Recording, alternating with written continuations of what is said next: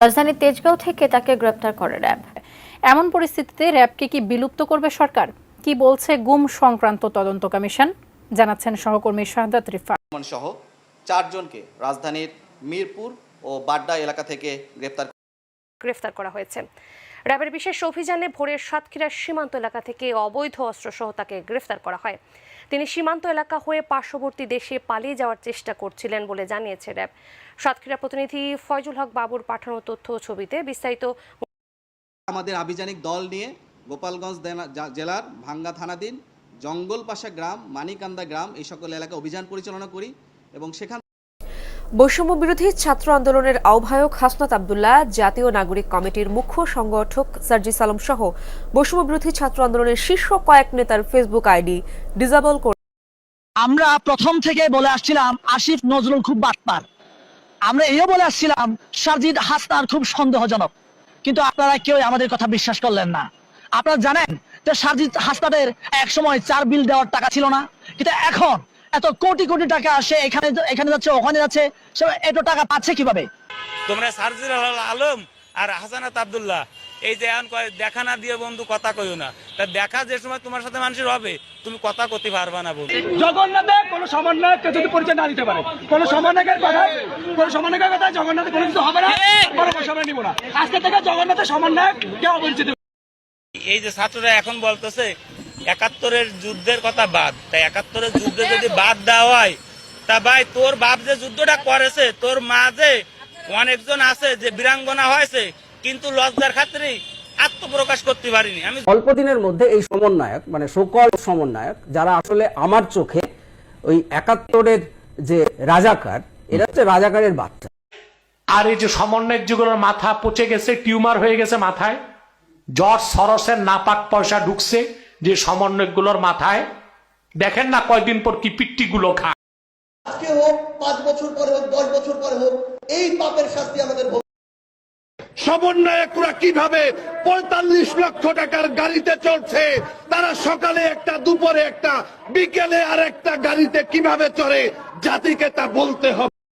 র্যাবের হাতে গ্রেপ্তার হয়েছেন সমন্বয়ক সার্জিস আলম ও হাসনাত আব্দুল্লাহ, এমন একটি নিউজ বর্তমান বাংলাদেশের সোশ্যাল মিডিয়াতে ভাইরাল হয়ে ছড়িয়ে পড়ছে। তো বন্ধুরা, এটা কতটুকু সত্য নাকি গুজব তা নিয়ে থাকতেছে আজকের ভিডিওতে বিস্তারিত। বন্ধুরা চলুন ভিডিওতে আজকে আর বেশি কথা বাড়াবো না, সরাসরি আজকে আমরা চলে যাব মূল ভিডিওতে। আর সেখানে আজকে আমরা দেখব সত্যি সত্যি কি র্যাবের হাতে এই সমন্বয়ক সার্জিস আলম ও হাসনাত আব্দুল্লাহ গ্রেপ্তার হয়েছেন নাকি এটা গুজব। ছাত্র সমন্বয়কদেরকেও আমরা এখন আর বিশ্বাস করব না। আগামী দিনের একটা বাংলাদেশকে তারা ধ্বংসের দিকে নিয়ে যাচ্ছে। আপনারা দেখেন, ছাত্র সমন্বয়করা রাস্তায় হাঁটে যায় না, তারা মার্সিডিজ নিয়ে রাস্তায় চলাফেরা করতেছে। এই মার্সিডিজটা কিন্তু তাদের ছিল না। আমরা ছাত্রদের পাশে যখন ছিলাম, ছাত্রদের পায়ে 300 টাকা দামের একটা স্যান্ডেল পাইতাম, আর এখন দেখি ছাত্ররা 1,08,000 টাকা দামের জুতা পাই দিয়ে চলে। আপনি কৃষক মারি দিয়ে সোনার বাংলা কখনো গড়তে পারবেন না। এখন যে সরকার আছে ওই টেকবে না, সরকারি লোকে ওকে হাঁটা। আমাদের সাধারণ মানুষের এখন বর্তমানে একটা স্লোগান, ওই সমন্বয়ক হটাও বাংলাদেশ বাঁচাও, ইউনিট সরকার হটাও বাংলাদেশ বাঁচাও, এটি আমাদের স্লোগান। কারণ এই সরকার দেশ চালাইতে সম্পূর্ণ ব্যর্থ। বহির্বিশ্ব কন্ট্রোল করে যে কিভাবে দেশ চালাইতে হয়, কূটনৈতিক সম্পর্ক বজায় রাখা, এটাই সরকার বোঝে না। আর বিশেষ করে এই সরকারের ওইরকম ম্যান্ডেট নাই। এই সরকার আমাকে সাধারণ জনগণের সরকার না, 2-4 জন সমন্বয়ক আর উপদেষ্টা যার আছে অগ সরকার। দেখবেন এই সরকারের আমলে প্রতিষ্ঠিত হইব যারা বড় বড় দায় দায়িত্বে আছে তারা, আর সাধারণ জনগণ না খেয়ে মরব। এটা কিন্তু আমরা বর্তমানে দেখছি। বর্তমানে যা বাজারের যে পরিস্থিতি, এই পরিস্থিতি আমার মনের সামনে আরো ভয়াবহ রূপ ধারণ করব। কারণ এই সরকারের ওই সিন্ডিকেট ভাঙ্গার মতো হিম্মতই নাই। মানে এটা একটা মাজা ভাঙ্গার মেরুদণ্ডহীন একটা সরকার, ঠিক আছে? এই সমস্ত সরকার দিয়া কোনো দিনও একটা দেশ চলতে পারে না। আমি মনে করি এই সরকারে এই জায়গা চাইরা যারা রাজনীতি বোঝে, রাজনীতি করে, তাদেরকে দেশ দিয়া এই সরকার যাওয়া গিয়া উচিত। একটা উন্নয়ন একটা চলমান প্রক্রিয়া ছিল, কিন্তু এই সরকারের সময় দেখছি ওই উন্নয়নটা একদম ফুল স্টপ হয়ে গেছে, ঠিক আছে? উন্নয়ন বলতে কিছুই নাই। 5 মাসে মনে হয় একটা ইটও লাগাইতে পারে না বাংলাদেশে। যথেষ্ট ধ্বংস করছে কিন্তু উন্নয়ন করতে পারে না। এটা কারো ভাবেন না, শুধু তারা নিজেদের স্বপ্ন বাস্তবায়ন করার জন্য একের পরে এক আইন এই রিক্সা চালকদের উপরে চাপিয়ে দেওয়া হচ্ছে। ন্যূনতম অধিকার এই স্বাধীন দেশে আমাদের নাই, আপনারা আমাদের অধিকারে কথা বলবেন। রাষ্ট্রের কাছে এবার আমি জানতে চাইবো, প্রতি প্যাকেট সিগারেটে যদি 40 টাকা বৃদ্ধি করা হয়, বছর শেষে এই ভ্যাট ট্যাক্সের পরিমাণ কত দাঁড়ায়, এটা দেশবাসীর সামনে ক্লিয়ার করতে হবে। এবার আমরা কোনো লুকায়িত কাজ করতে দেব না। আমরা রিপোর্টের মধ্যে বলা হয়েছিল যে হাসনাত আব্দুল্লাহকে সময় টেলিভিশনের 10 জন সাংবাদিককে চাকরিচ্যুতি করার কথা বলেছেন। আমি তারপরে দেখেছি যে আপনি একটা ফেসবুকে স্ট্যাটাস দিয়েছেন, সেই স্ট্যাটাসের মধ্যে আপনি বলেছেন যে আপনি এর মধ্যে যান নাই, আপনি যাওয়ার পরে 5 জনের চাকরিচ্যুতি করা হয়েছে এবং সেই 5 জনের চাকরিচ্যুতি করার ব্যাপারে আপনি আপত্তি জানিয়েছেন। আমি আবারও বলতে চাই যে আপনি 10 জনের লিস্ট ধরাইছেন কি 5 জনের লিস্ট ধরাইছেন? হ্যাঁ, 5 জনের লিস্ট ধরাইছেন, সেটা আমি বলি। আপনি ওই জায়গা থেকে খালেদ ভাই বক্তব্যভাবে আসে নাই, আপনার জায়গা থেকে যেভাবে আসছে সেটা হচ্ছে এএফপির বরাতে হাসনাত আব্দুল্লাহ গিয়েছে, ব্যাপারটা এমন ছিল না, বরং আপনার জায়গা থেকে আপনি হচ্ছেন পার্সোনালি ক্লেম করেছেন আমি 10 জনের লিস্ট ধরাই দিয়ে চলে আসছি।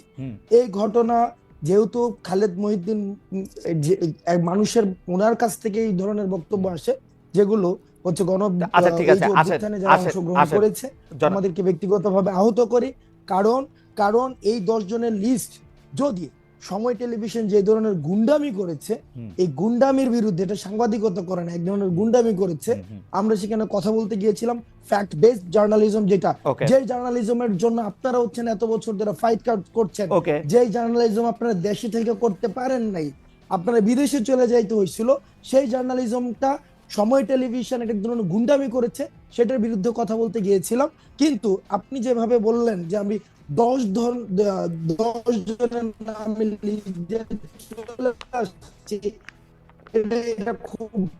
এটা বাস্তবতা বিবর্জিত একটা তথ্য খালেদ ভাই।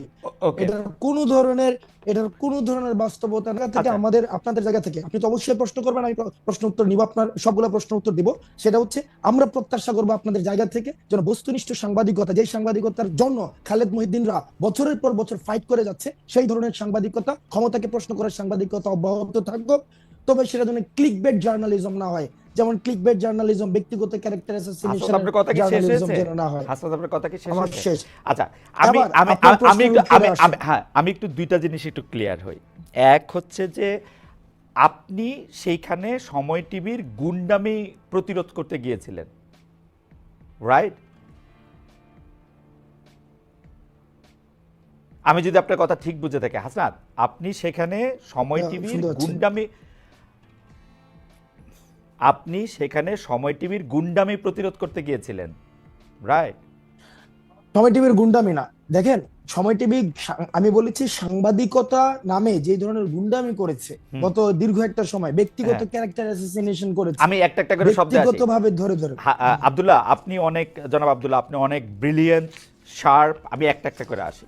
আপনি ওইখানে গিয়েছিলেন হচ্ছে সাংবাদিকতার নামে সময় টিভি যেগুলি গুন্ডামি করেছে সেগুলি প্রতিরোধ করতে না, সেই বিষয়গুলো সময় টেলিভিশনের যিনি হচ্ছেন ওখানের, আমরা পরবর্তীতে শুনেছি এটা পরিচালনা পরিষদ রয়েছে, অর্থাৎ যারা এই বিষয়গুলিকে সমাধান করতে পারবে, এটা ফ্যাক্ট বেসড জার্নালিজমের দিকে নিতে পারবে, মালিকরা, ওটা হচ্ছে ওই যে আমাকে যেটা বলা হয়েছে যে মালিকরা কি জানো, ভদ্রলোক হাসান সাহেব, আমি ওনার সাথে কথা বলতে গিয়েছি যে ভাই আমরা ভিডিও এভিডেন্স নিয়ে গিয়েছি, ভিডিও এভিডেন্স যে ভিডিও এভিডেন্স, ভাই আমি কিন্তু এটা স্বীকারও করেছি, ভাই আমি এটা স্বীকারও করেছি পরবর্তীতে, যে আমি গতকাল আপনার উচিত কথাও দেখেছি, গতকাল এটা আমি স্বীকারও করেছি যে আপনাদের একটা প্রপার কাউন্সিল রয়েছে, ওই যে জার্নালিস্ট কাউন্সিল, ওইটা হচ্ছে ওখানে রিপোর্ট করতে হয়। তো যেহেতু এই বিষয়টা আমি জানতাম না, আমি কিন্তু অ্যাকনোলেজ করেছি যে এই প্রক্রিয়াতে আমার ভুল হয়েছে, কিন্তু সময় টেলিভিশন যে প্রক্রিয়া অব্যাহত রেখেছে, এজেন্ডা ভিত্তিক জার্নালিজম, যে আপনি দেখেন মানে, আচ্ছা আমরা সময় টিভি নিয়ে আর এত কথা বলবো না। আমি শুধু আপনাকে জানতে চাই, সাংবাদিকতার নামে যে গুন্ডামি তারা করতেছিল সেইটা নিয়ে কথা বলতে আপনি সেখানে গেছেন। জনাব হাসনাত আব্দুল্লাহ, এই অ্যাসাইনমেন্টটা কি আপনি আপনারই দিছেন না কেউ আপনাকে দিছে? এই অ্যাসাইনমেন্টটা আমি নিজ থেকে এবং এই গণ অভ্যুত্থানের সময় যে সাংবাদিকদের সাথে আমাদের পরিচয় হয়েছে একটা দীর্ঘদিন, আমরা দেখেছি তারাও আপনাদের মতো করে তারা কেউ হচ্ছে থ্রেট পেয়েছে, সাংবাদিকতা করতে পারে নাই, ফিল্টার নিউজ চালাইতে হয়েছে। ডিজিএফআই থেকে শুরু করে আমরা আসলে আইনশৃঙ্খলা রক্ষাকারী বাহিনী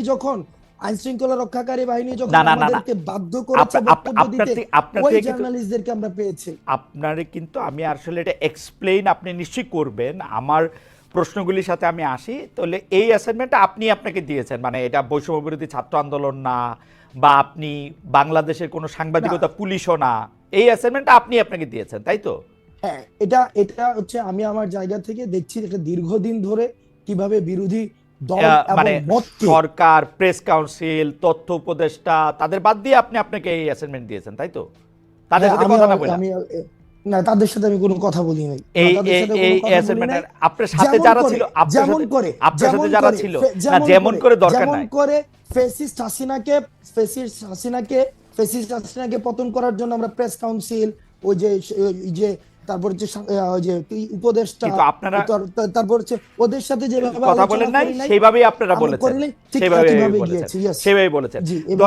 ধরেন সেইভাবে আর কি কি জায়গায় আপনি যাওয়ার জন্য আগ্রহ বোধ করেন সেটাও আমরা শুনবো, পুরো আলোচনাটাতে যাই। মনে করেন যে ফেসিস্ট হাসিনা, কোনো সন্দেহ নাই হাসিনার জায়গা থেকে হাসিনা মিডিয়াকে ধ্বংস করেছে, গলা চিপে রেখেছে, এটা আমি বারবার বলতে চাই, বারবারই বলবো। কিন্তু এইটার পরে 5 মাস পরে এসে, 4.5 মাস পরে এসে হাসনাত আব্দুল্লাহর মনে হয়েছে যে সাংবাদিকতা নামক করা গুন্ডামি করতেছে, এখন হাসনাত আব্দুল্লাহ নিজেকে অ্যাসাইন করেছে ওইখানে গিয়ে তাদেরকে বলে আসতে হবে কথা, তাই তো? এবং খালেদ মুহিউদ্দিন এটা ভুল করেছে যে 10 জনের তালিকা হাসনাত আব্দুল্লাহ ধরায় নাই। 5 জনের কথা কি বলেছে? 5 জনের কথা কি বলেছে? না, আমি কোন সাংবাদিক আপনি কি বলেছেন? খালেদ ভাই পুরো প্রক্রিয়া, মানে অর্থাৎ ওখানে যাওয়ার প্রক্রিয়াটা যেটা সাংবাদিকতা নীতি বিরুদ্ধ বা আপনাদের একটা প্রেস কাউন্সিল আছে বা এটা আমি জানতাম না। ওই প্রক্রিয়া নিয়ে যদি আপনি কথা বলেন সেটাকে আমি সমর্থন জানাবো এবং আমার ভুলের জায়গাটা আমি অ্যাকনলেজ করব। কিন্তু পার্টিকুলারলি যেই জায়গায় প্রবলেমটা, আমি যেই জায়গায় আমি আপনাকে ইস্যু ধরেছি, আমারে যদি আপনি জানতে চান আব্দুল্লাহ, জনাব আব্দুল্লাহ দেখেন, আমি আপনাকে সাংবাদিকতার কথা বলি। সাংবাদিকতা দুই রকম, আমি বলি কথা বলতে। হ্যাঁ, বলেন শেষ করে আমাকে বললেন। কারণ খালেদ ভাই, আপনি পুরো প্রক্রিয়াতে অবশ্যই যে সবচেয়ে বড় অপরাধ করেছে তারও যথাযথ বিচার প্রক্রিয়ার মধ্য দিয়ে তার বিচার নিশ্চিত হতে হবে। আমি এটার সাথে ফুললি এগ্রিড, বিষয়টার সাথে আমি এগ্রিড না। আপনি প্রমাণ ছাড়া আপনি বলেছেন যে 10 জনের লিস্ট হাসনাত আব্দুল্লাহ ধরাই নিয়ে আসছে। আমি একজনের কোনো লিস্ট দেয় নাই। সেখানে হাসান সাহেবের সাথে কথা হয়েছে, সেখানে তারেক জিয়াকে কিভাবে হচ্ছে পার্সোনালি অ্যাটাক করা হয়েছে, 21শে আগস্ট কিভাবে রিপোর্ট করা হয়েছে। আমি আপনার সাথে একমত আব্দুল্লাহ। আমরা অনুষ্ঠানটা আগাই। আমি আপনার সাথে একমত যে 10 জনের লিস্ট আপনি ধরান নাই, আপনি একজনের লিস্টও ধরান নাই। কিন্তু আমি আমার অন মাই ডিফেন্স আমি শুধু বলে রাখতে পারি যে 2 ধরনের সাংবাদিকতা আছে, একটা হচ্ছে সাবজেক্টিভ, একটা হচ্ছে অবজেক্টিভ। আমি যখন আমার মত দেই, এটা আমার মত। এখন আপনি আমার মতরে আপনি চ্যালেঞ্জ করতে পারেন, আমার মততে আপনি আলাদাভাবে জিজ্ঞেস করতে পারেন। আমার মতের বিরুদ্ধে যখন আপনি আপনার মত দিচ্ছেন, আমি এটা প্রচার করতে চেষ্টা করছি আমার জায়গা থেকে, এখনও আমি এটা চেষ্টা করতেছি। আপনি তো এখানে আসছেনই, আমরা অনুষ্ঠানের মধ্যে দিয়ে সামনে দিয়ে আগাই, কারণ এটা আসলে এই কিছু কথা তো আপনার থেকে আমরা শুনতেই চাই। সেইটা হচ্ছে যে ধরেন 158 জন সমন্বয়কের মধ্যে যে আপনি আহ্বায়ক নির্বাচিত হয়েছেন, এটা কোনো বা নির্বাচিত হয়েছেন কিনা, এটা কি প্রক্রিয়ার মধ্যে দিয়ে হয়েছে? ওকে, 158 জনের দেখেন, এই যে অভ্যুত্থান পরবর্তী সময়ে সমন্বয়ক নামে আমরা বারবার বলেছি, সমন্বয়ক নামে বিভিন্ন জায়গায় হচ্ছে চাঁদাবাজি, তারপরে হচ্ছে বিভিন্ন জায়গায় অ্যানোমালিস ক্রিয়েট হচ্ছিল। এখন দেখেন, বিপ্লব যখন হচ্ছে গণ অভ্যুত্থানের সময় বিভিন্ন হচ্ছে কন্ট্রিবিউশনের ভিত্তিতে আমরা সমন্বয় করেছিলাম, তখন দেখা যেত কি সমন্বয় খুঁজে পাওয়া যেত না, রিস্ক নিতে চাইতো না। কিন্তু অভ্যুত্থান পরবর্তী সময়ে সবাই সমন্বয় পরিচয় বিভিন্ন জায়গায় একটা অথরিটেটিভ একটা মনোভাব নিয়ে যেতে যাচ্ছিল। তো তখন সেই জায়গা থেকে যখন কারো হচ্ছে অভিযোগ আসছে, আমি কিন্তু তাকে অ্যাকাউন্টেবিলিটির মধ্যে নিয়ে আসতে পারি না, কারণ সেই জায়গা থেকে যেন এটার একটা ফিল্টার প্রসেস হয়। আমরা এই যে 158 জন সমন্বয়ক রয়েছে, আমরা তাদের সাথে বসেছি। হয় এবার এই মিটিং 158 জন ছিল কিনা সেটা হচ্ছে একটা বিষয় না, ওই মিটিং 158 জন ছিল না, কিন্তু অধিকাংশ আমরা সেখানে মিটিং বসেছি, অধিকাংশই, যাতে করে আমরা অভ্যুত্থান পরবর্তী সময়ে এই অভ্যুত্থান প্রতি বিপ্লবের যে বিভিন্ন কথাবার্তাগুলো বিভিন্ন সময় এসেছে এবং আমরা বিভিন্ন সময় বিভিন্ন মুভমেন্টগুলো করেছি, সেই জায়গা থেকে আমরা এটাকে একটা প্রক্রিয়ার মধ্যে নিয়ে আসার জন্য অধিকাংশের মতামতের ভিত্তিতে আমি আহ্বায়ক হয়েছি। সার্জিস হচ্ছে জুলাই অধিকাংশের মতামতের ভিত্তিতে, এটাই আমার জানা ছিল, অধিকাংশের মতামতের ভিত্তিতে, অধিকাংশ সমন্বয়কের মতামতের ভিত্তিতে, মানে আপনারা একটা ভোটাভুটি করেছেন, তাই তো? না, ওইটা ভার্বালি, সেটাকে আমরা প্রথমত আমরা সবাই একসাথে বসেছি, বসে আমরা একটা সিদ্ধান্ত নিয়েছি যে এই যে বিভিন্ন অভিযোগ আসছে, আমার বিরুদ্ধে অভিযোগ আসতে পারে, তখন সেটার অ্যাকাউন্টেবিলিটি প্রক্রিয়াটা কি হবে। ঠিক আছে, মানে এই প্রক্রিয়াটা আমরা বুঝছি, মানে ঘটনাটা হচ্ছে যে আহ্বায়ক পদে অধিকাংশের মানে কি বলে বাচনিক মতামতের ভিত্তিতে লিখিত কোনো কিছু না, আপনি নির্বাচিত হয়েছেন, তাই তো? হ্যাঁ, এটা একটা ভার্বাল, বাচনিক, সুন্দর একটা শব্দ। হ্যাঁ, আপনি নির্বাচিত হয়েছেন। আর কোনো ক্যান্ডিডেট ছিল আহ্বায়ককে, না আপনিই ছিলেন শুধু? না, আহ্বায়ক ক্যান্ডিডেট বলতে কি ওখানে এরকম হয় নাই যে 3-4 জন দাঁড়াইছিল আহ্বায়ক পদে, কয়েকজন সদস্য সচিব পদে, বিষয়টা এমন না। বিষয়টা হচ্ছিল এরকম যে কে হইতে পারে, কে এখন কাকে আমরা দায়িত্বটা দিতে পারি, সেক্ষেত্রে বেশ কয়েকজনের নাম আলোচনায় আসছে। আর আমার নামটা সেক্ষেত্রে অনেকে অপোজ করেছেন, আহসান ভাই হওয়া উচিত না, অনেকে বলেছেন আহসান ভাই বেশিরভাগ। যাই হোক, একটা মানে মোটামুটি একটা কথা, তারপর হচ্ছে যে একটা আলোচনা, একটা বাচনিক সংলাপ, এগুলির মধ্যে যেটা হয়েছে। থ্যাংক ইউ, আমার আর কিছু জানা নাই। আচ্ছা, হ্যাঁ, 2 নম্বর কথা হচ্ছে যে এই যে জুলাই বিপ্লবের ঘোষণাপত্র 31 ডিসেম্বর আপনারা দিবেন, এইটা নিয়ে সিদ্ধান্ত আপনারা কবে নিয়েছিলেন? কেন আমি আপনাকে এই প্রশ্ন করতেছি যে এইটা নিয়ে সরকারের সঙ্গে আপনারা আলোচনা করছিলেন? কারণ আমরা দেখছি যে আপনারা যখনই জুলাই ঘোষণাপত্রের ঘোষণা দিলেন, জুলাই বিপ্লবের ঘোষণাপত্র করবেন, তখন সঙ্গে সঙ্গেই প্রেস সচিব, প্রায় সঙ্গে সঙ্গেই সরকারের প্রেস সচিব বলছে জুলাই বিপ্লব ঘোষণাপত্রের সঙ্গে সরকারের কোনো সম্পর্ক নেই, আপনার নিশ্চয়ই মনে থাকবে। 2 দিন পরে আবার তারা বলছে যে ঘোষণাপত্র বিষয়ে সরকারের এই ঘোষণাপত্র দিবে হচ্ছে সরকার, তাই না? আমরা আপনার কাছে জানতে চাই যে এই আলাপটা আপনারা সরকারের সঙ্গে করছিলেন কিনা, সিদ্ধান্তটা কবে নিলেন যে জুলাই বিপ্লবের একটা ঘোষণাপত্র দিবেন? আমরা একটু আলোচনার স্বার্থে জুলাই বিপ্লবের ঘোষণাপত্র কেন প্রয়োজনীয় সেইটা নিয়ে পরে আলাপ করি। মানে আপনার সিদ্ধান্ত কবে নিলেন এবং সরকারের সঙ্গে আলোচনা করছিলেন কিনা? ওকে, তবে আমি বলার সময় আমি একটা মানে এই সব ইন্টারফেয়ার করেন, আমি মানে ইন্টারফেয়ার করলে সেই ক্ষেত্রে বলতে অসুবিধা হয়, মানে আমি জাস্ট অনেকক্ষণ ধরে বলবো না। একটা বিষয় হচ্ছে যে আমরা কখন প্রয়োজনীয়তা বোধ করলাম যে এই যে জুলাই গণঅভ্যুত্থানের একটি ঘোষণাপত্র প্রয়োজন, আমরা তখনই যখন দেখলাম যে মিডিয়াতে একটা আওয়ামী সিম্প্যাথি ক্যাম্পেইন শুরু হয়েছে, খালেদ মহিউদ্দিন ভাইদের মতো মানুষও দেখলাম যে বিচারকে এক পাশ ডিঙিয়ে সেখানে বা অন্যান্য পুরা একটা সব জায়গায় বুদ্ধিজীবী পাড়ায়, মিডিয়াতে, তারপরে রাজনীতিবিদদের মধ্যেও দেখেছি যে আওয়ামী পুনর্বাসনের একটা প্রক্রিয়া বা একটা সিম্প্যাথি ক্যাম্পেইন শুরু হয়েছে, এবং এই গণ অভ্যুত্থানকে বিভিন্ন জায়গায় ডিজোন করার একটা প্রক্রিয়া আমরা দেখেছি, ইনিশিয়েটিভও দেখেছি।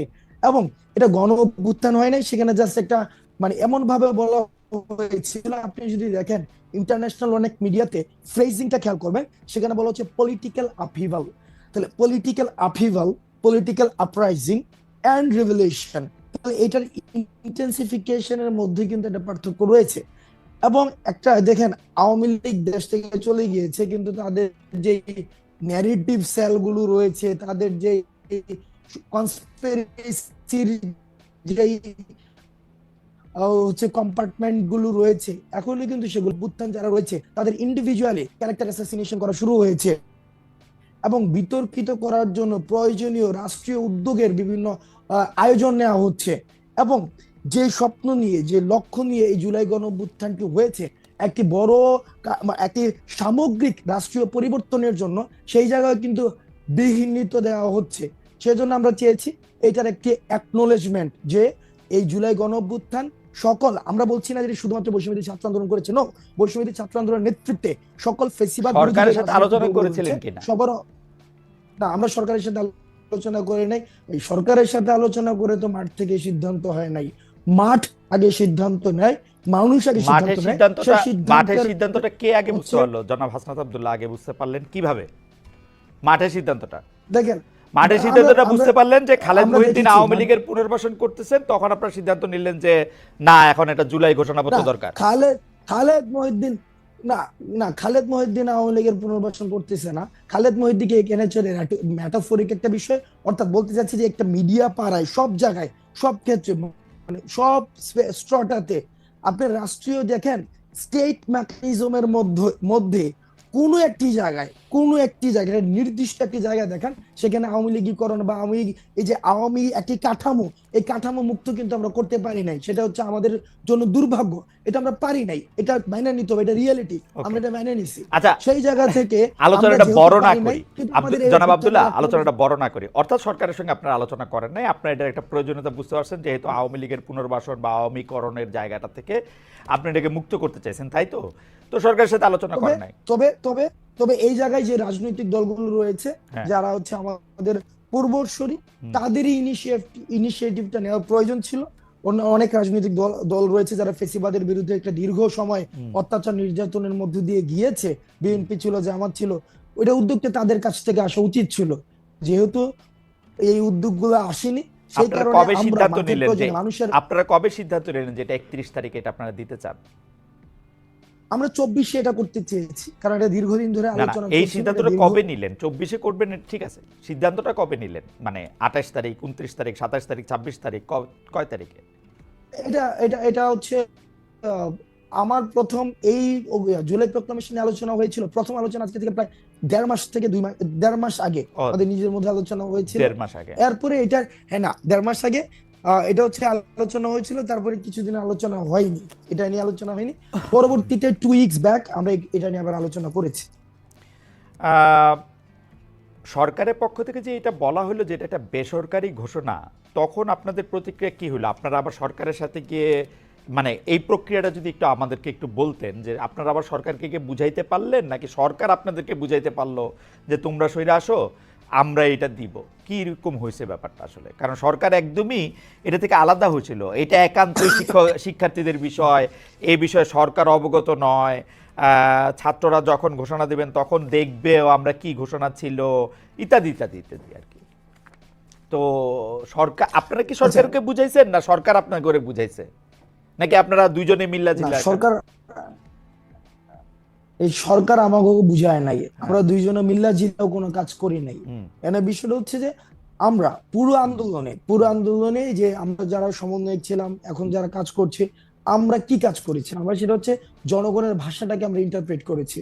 জনগণের দেখেন মাঠ থেকে 1 দফার যে ঘোষণাটা, সেই ঘোষণাটা শহীদ মিনার থেকে আসার আগেই মানুষের সেই যেই হচ্ছে 1 দফা ঘোষণা করেছে। প্রত্যেকটা কর্মসূচি দেখেন সেখানে মানুষ হচ্ছে এই কর্মসূচিগুলো আমাদের আগে দিয়েছে, আমরা সেই জায়গাটা সমন্বয় করেছি। ঠিক একইভাবে এই যে প্রক্লামেশন অথবা স্বীকৃতি, এটাকে আমি সহজীকরণ করি, এটাকে language of the common people করি। এই যে এটা গণ অভ্যুত্থানের স্বীকৃতি, এই স্বীকৃতির প্রয়োজনীয়তাটা মানুষ থেকে এসেছে। গভর্নমেন্টকে আমরা প্রথমে এটাকে ডিজাইন করতে, আপনারা মনে করছেন যে গণ অভ্যুত্থানকে স্বীকৃতি দেওয়া হচ্ছে না, এটা কি আপনাদের মনে হচ্ছে? হ্যাঁ, আমরা বিভিন্ন জায়গায় বিভিন্ন সময় ঘোষণাপত্রের পরে এটা দেওয়া হবে এরকম আপনার মধ্যে মনে হচ্ছে?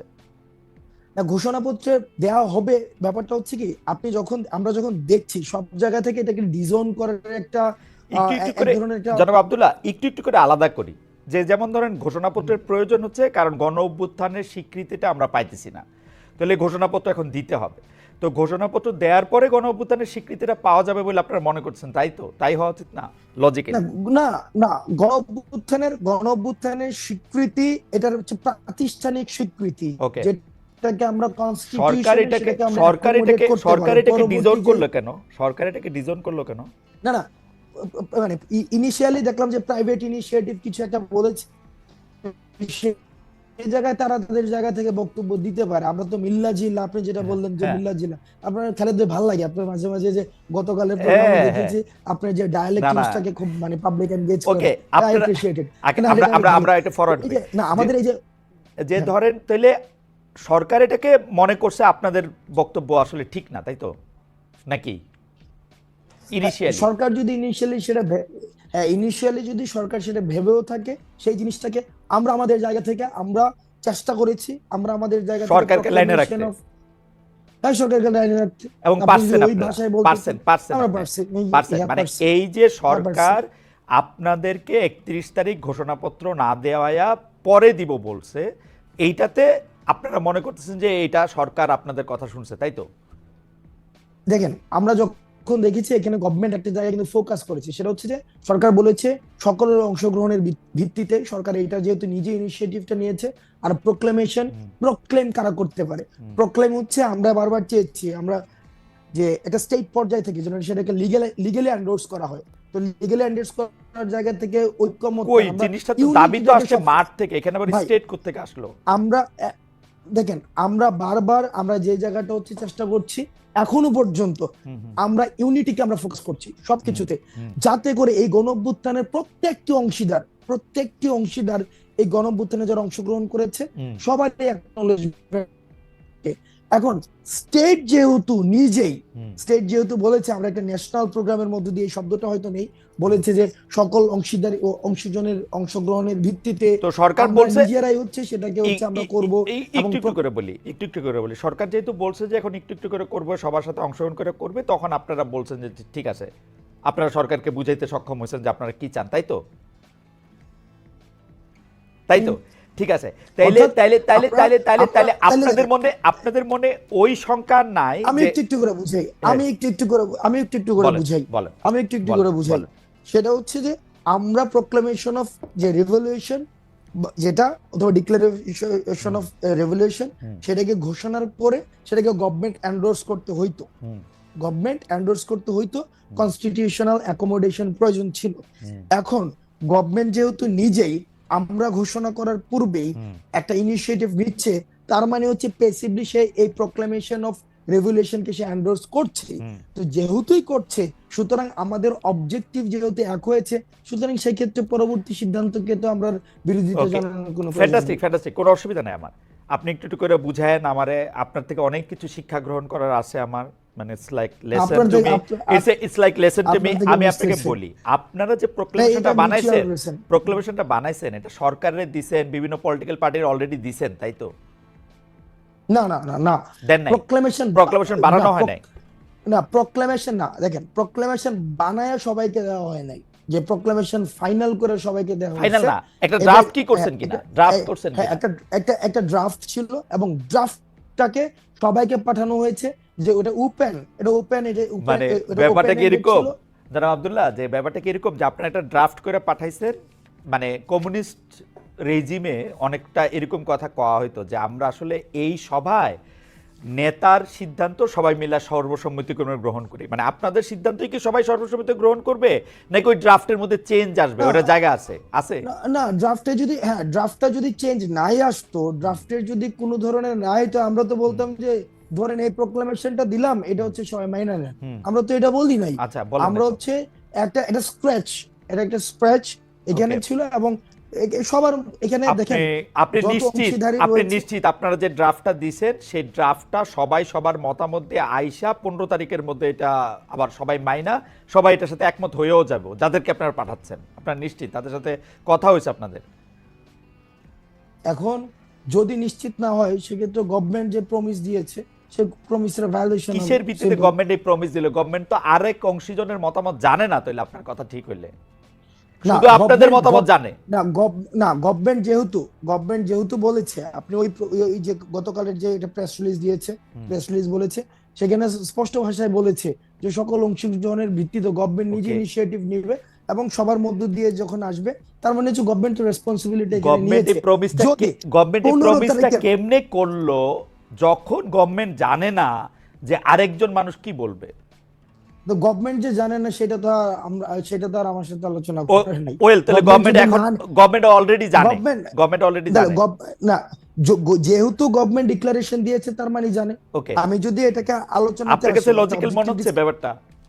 অবজেক্টিভ ডিসকাশনে যদি আসে, গভর্নমেন্ট দেখেন, আপনি 15 তারিখের পরে যদি প্রোক্লেমেশন না হয়, তাইলে কি হবে সেটা নিয়ে আপনি আলোচনা করতেছেন, আর আমি আলোচনা করতেছি না 15 তারিখের পরে না, কিন্তু এই যে জনাব আব্দুল্লাহ, এই আমি আলোচনা করতেছি এই প্রোক্লেমেশনটা কিসের ভিত্তিতে বা কেমনে কইরা, প্রক্রিয়াটা কি, সবার মতামত কেমনে আসবে? আমি খালি এইখানে দেখতেছি আপনারা একটা প্রোক্লেমেশনের ড্রাফট কইরা, যেটাকে আপনি এখন স্ক্র্যাচ বলতেছেন, এইটা পাঠাইছেন বিভিন্ন লোকের কাছে। অন্য যারা অংশীজন আছে, আপনারা ছাড়াও তো আরো কিছু অংশীজন থাকতে পারে, 2-1 জন অথবা অর্ধেক জন, আপনারা একজন থাকতে পারে। তো তাদের মতামত তাদের মতামত যদি অ্যাকোমোডেট করতে হয়, তাহলে আপনারা তো জানেন না তারা এই আপনাদের স্ক্র্যাচের সাথে একমত হবে কি হবে না। আপনি বলতেছেন গভর্নমেন্ট জানলেও জানতে পারে, তো যদি না জানে, যদি গভর্নমেন্ট যেহেতু জানে, গভর্নমেন্ট জানে আরেকজন কি প্রস্তাব দিবে, গভর্নমেন্ট যেহেতু জানে এই কারণে ইনিশিয়েটিভ নিয়েছে।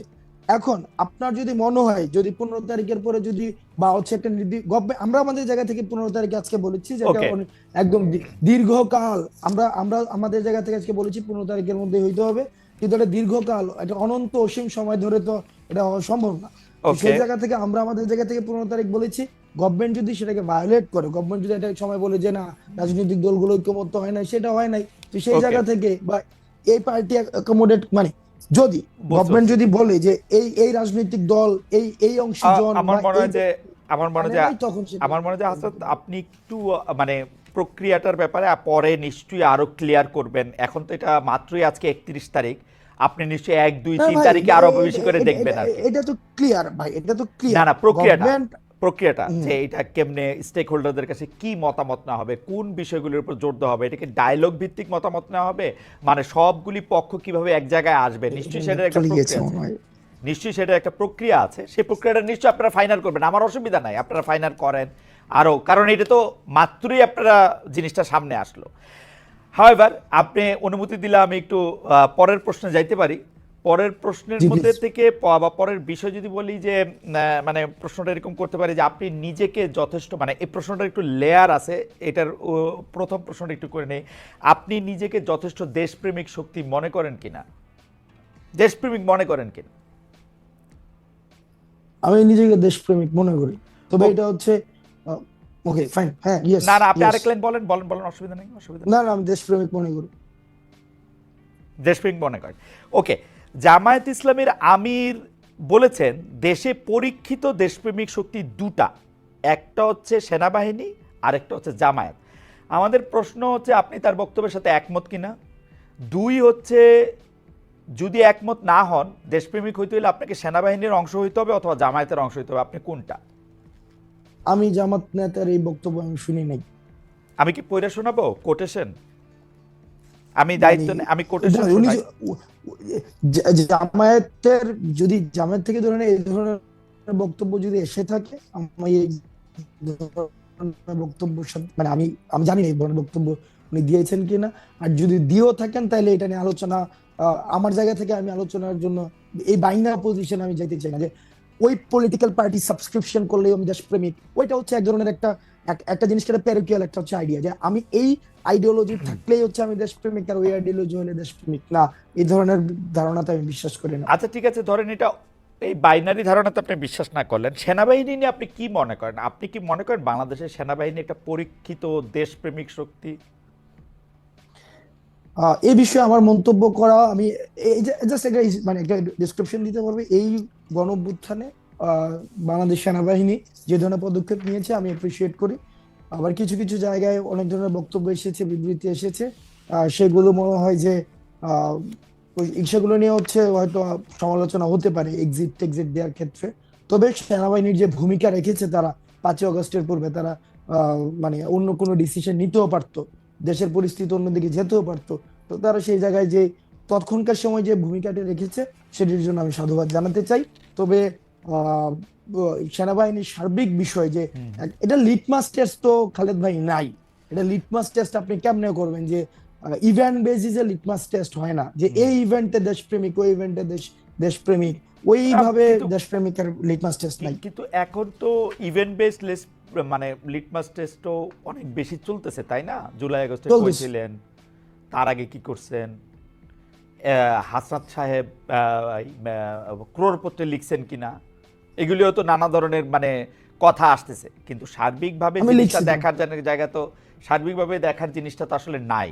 তো এইটা তো আসলে অনেক সময় অনেক জায়গায় অনেক হার্ট করে, যে মানে ধরেন এইটা ভাই সার্বিকভাবে আপনি মানে এই সার্বিক জায়গায় যদি আপনি আওয়ামী লীগকে রাখেন, এই সার্বিকভাবে যদি আপনি এই জায়গায় গত একটা দীর্ঘ সময় ধরে যে যেই রাজনৈতিক দলের কারণে খালেদ মহিউদ্দিনরা দেশে সাংবাদিকতা করতে পারে নাই, ওদেরকে যদি এই সার্বিক এই এই এই এই ফরম্যাটে রাখেন, এই কম্প্রিহেন্সিভের ব্যাপারটায় রাখেন, তাইলে আওয়ামী লীগ ছাড়া ওই সার্বিকতার মধ্যে আমি সবাইকে রাখতে চাই, কিন্তু এই জায়গায় আওয়ামী লীগ আসবে। আচ্ছা, আওয়ামী লীগ বাদ দিয়ে বাকি সবাইকে রাখতে চান। একটা প্রশ্ন চলে আসে যে আপনি আওয়ামী লীগকে মানে প্রশ্নটা আমি অন্যভাবে করি, যে ধরেন এখন একটা বড় কথা আছে হচ্ছে যে মুজিববাদকে বাদ দেওয়ার, মানে যেই কথাগুলিকে মুজিববাদ হিসাবে বলা হইতেছে আর কি, সেইগুলিকে বাদ দেওয়ার। যেমন 31শে জুলাইও আমরা এটার মধ্যে দেখলাম যে মুজিববাদের আপনারা কবর করতে চান। এখন মুজিববাদ বলতে আসলে এক্স্যাক্টলি কোনটা? কারণ আমরা কিন্তু দেখেছি যে এই বৈষম্য বিরোধী ছাত্র আন্দোলনের সময়ও আমরা কিন্তু এটা একদম দেখেছি যে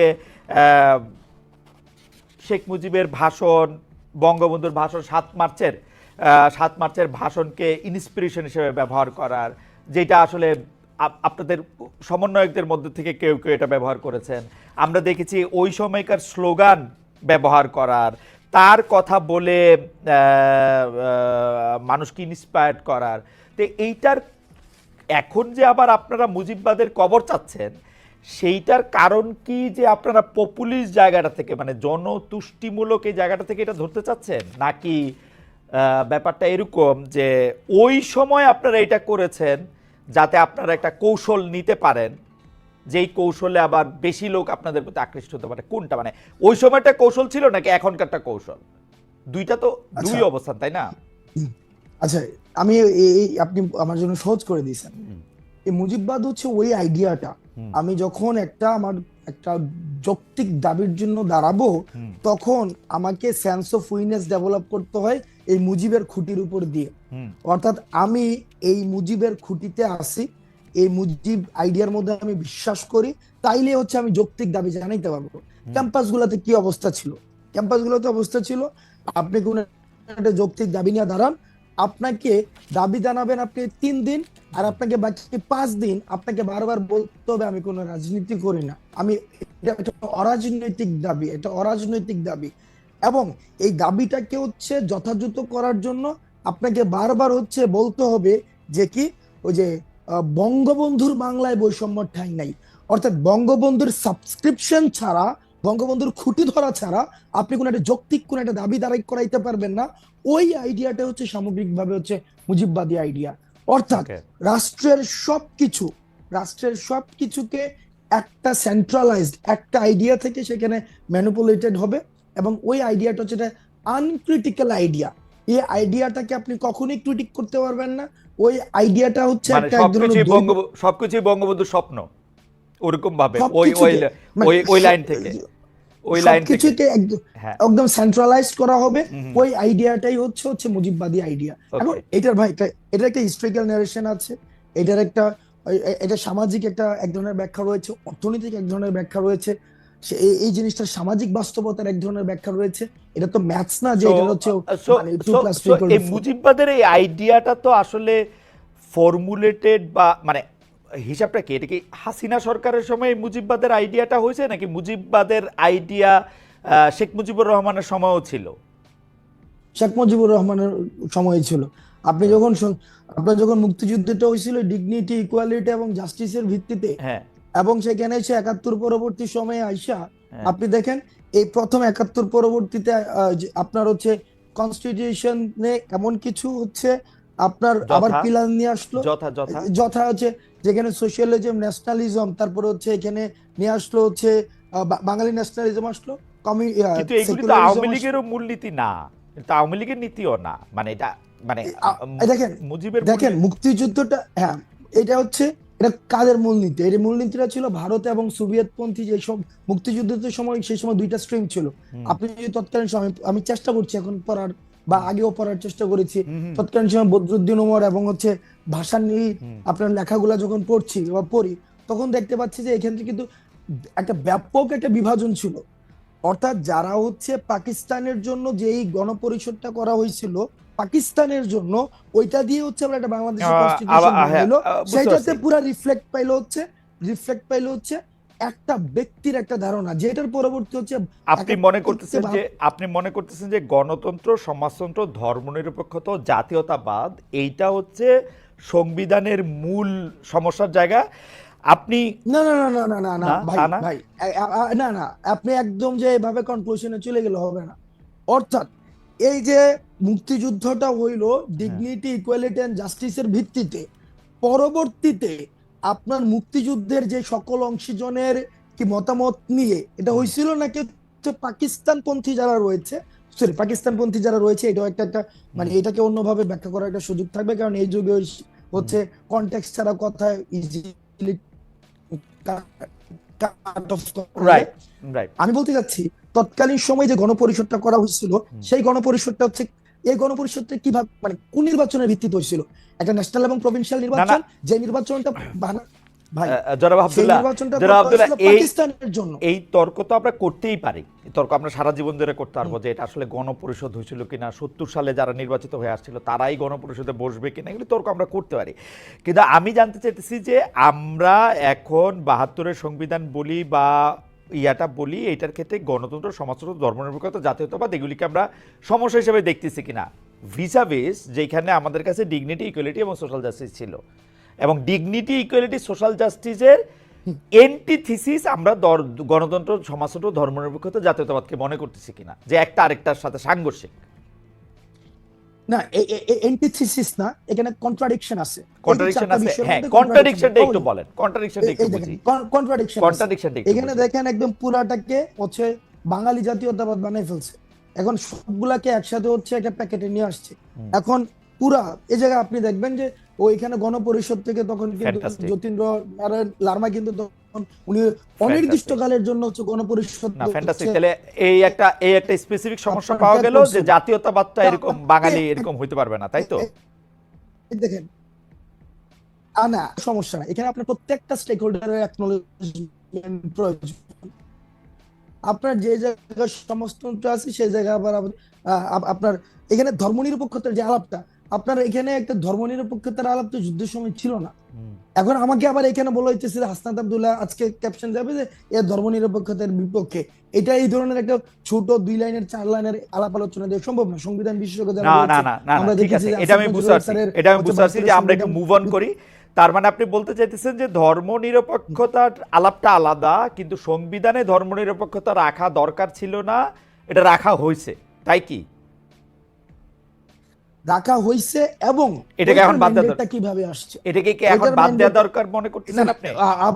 আবার ভাই না না নাকি এটা নিয়ে আপনি আলাপই চান না? আমি বুঝি না, কিন্তু এটা নিয়ে নাকি আপনি আলাপই চান না? না না আমি আলাপ চাই, তবে সে হ্যাঁ অবশ্যই আলাপ চাই, সেটা আলাপ হওয়া উচিত। কিন্তু এটাকে যদি আপনি এভাবে বলতে চান, হাসনাত আব্দুল্লাহ এটা চাইছে যে সংবিধান হচ্ছে ধর্মনিরপেক্ষতা। আরে ভাই, হাসনাত আব্দুল্লাহ চাইছে সেটা বলবো কেন?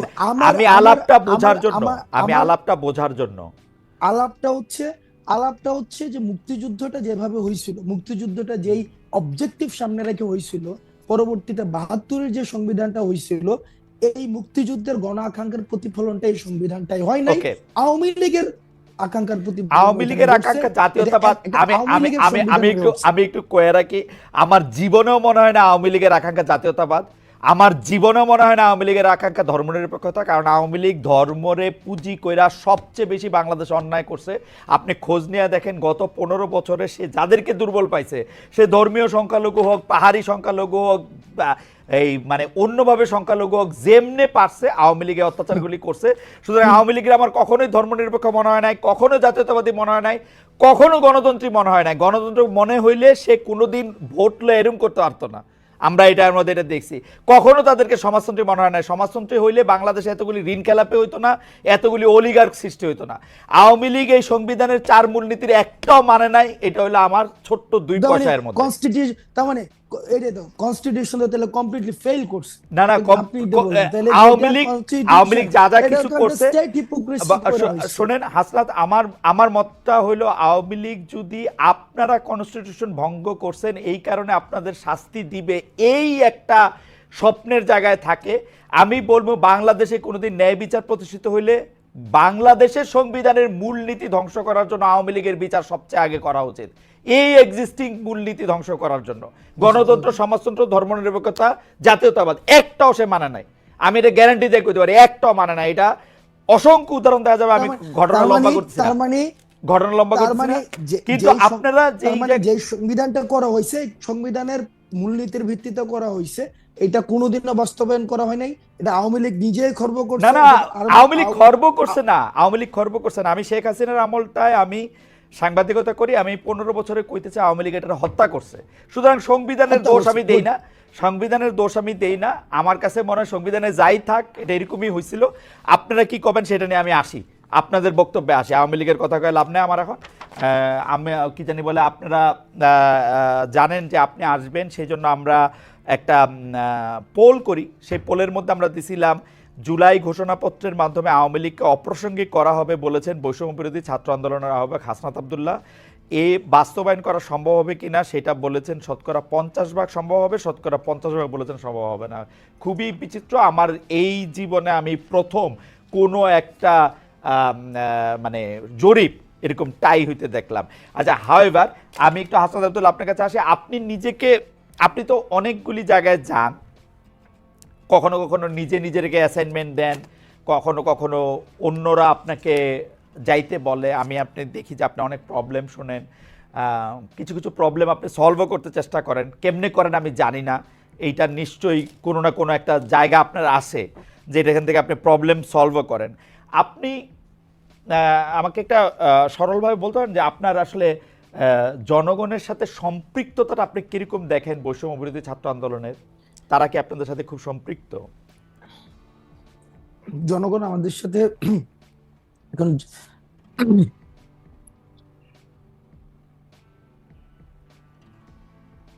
দেখেন, একটা দীর্ঘ সময় একটা জনগণের যেটা হয়েছে, যেটা বিভাজনের রাজনীতির মধ্য দিয়ে তারা গড়ে উঠেছে, এবং সেক্ষেত্রে তাদের আশা আকাঙ্ক্ষার প্রতিফলন হইতে দেখে নাই।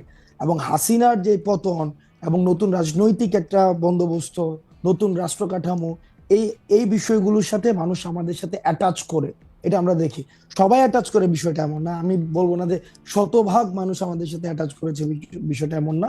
কিন্তু তারা যে কথাগুলো বলতে চায়, তারা যেই ধরনের কর্মসূচি দেখতে চায়, তারা যেই ধরনের বাংলাদেশ দেখতে চায়, সেটি আমরা যখন এই ধরনের বাংলাদেশের কথা বলি, একটা উল্লেখযোগ্য সংখ্যক জনগণ আমাদের সাথে অ্যাটাচমেন্ট ফিল করে, এখনো পর্যন্ত ফিল করে। এবং আজকে যে আমরা কর্মসূচি দিয়েছি, আপনি দেখেছেন একবার এই কর্মসূচি হবে কি হবে না, এই দুদুল্যমান অবস্থায় কিন্তু বাংলাদেশের বিভিন্ন জায়গা থেকে, প্রান্তিক জনপদ থেকে, বিভিন্ন জায়গা থেকে মানুষ উঠে এসেছে। এখনো পর্যন্ত নতুন একটি রাজনীতিক, আপনি একটা মানে আরবান মিডল ক্লাসে একটা রাজনীতিক, আমরা এই যে প্রজন্মটা আই হেট পলিটিক্স প্রজন্মের মধ্য দিয়ে হয়েছে, আমরা মনে করেছিলাম এই প্রজন্ম রাজনীতি বিমুখ হয়েছে, দেশ কিভাবে গেল এই দিকে তাদের কোনো মনোযোগ নেই। এই প্রজন্মটা আমাদেরকে নিয়ে আশা দেখছে, এই প্রজন্ম আমাদেরকে নিয়ে, আমাদের ছোটখাটো ভুলগুলো তারা আশাহত হয়, আমাদেরকে নিয়ে ক্রিটিক করে, কারণ আমাদেরকে নিয়ে তারা অনেক বেশি স্বপ্ন দেখে।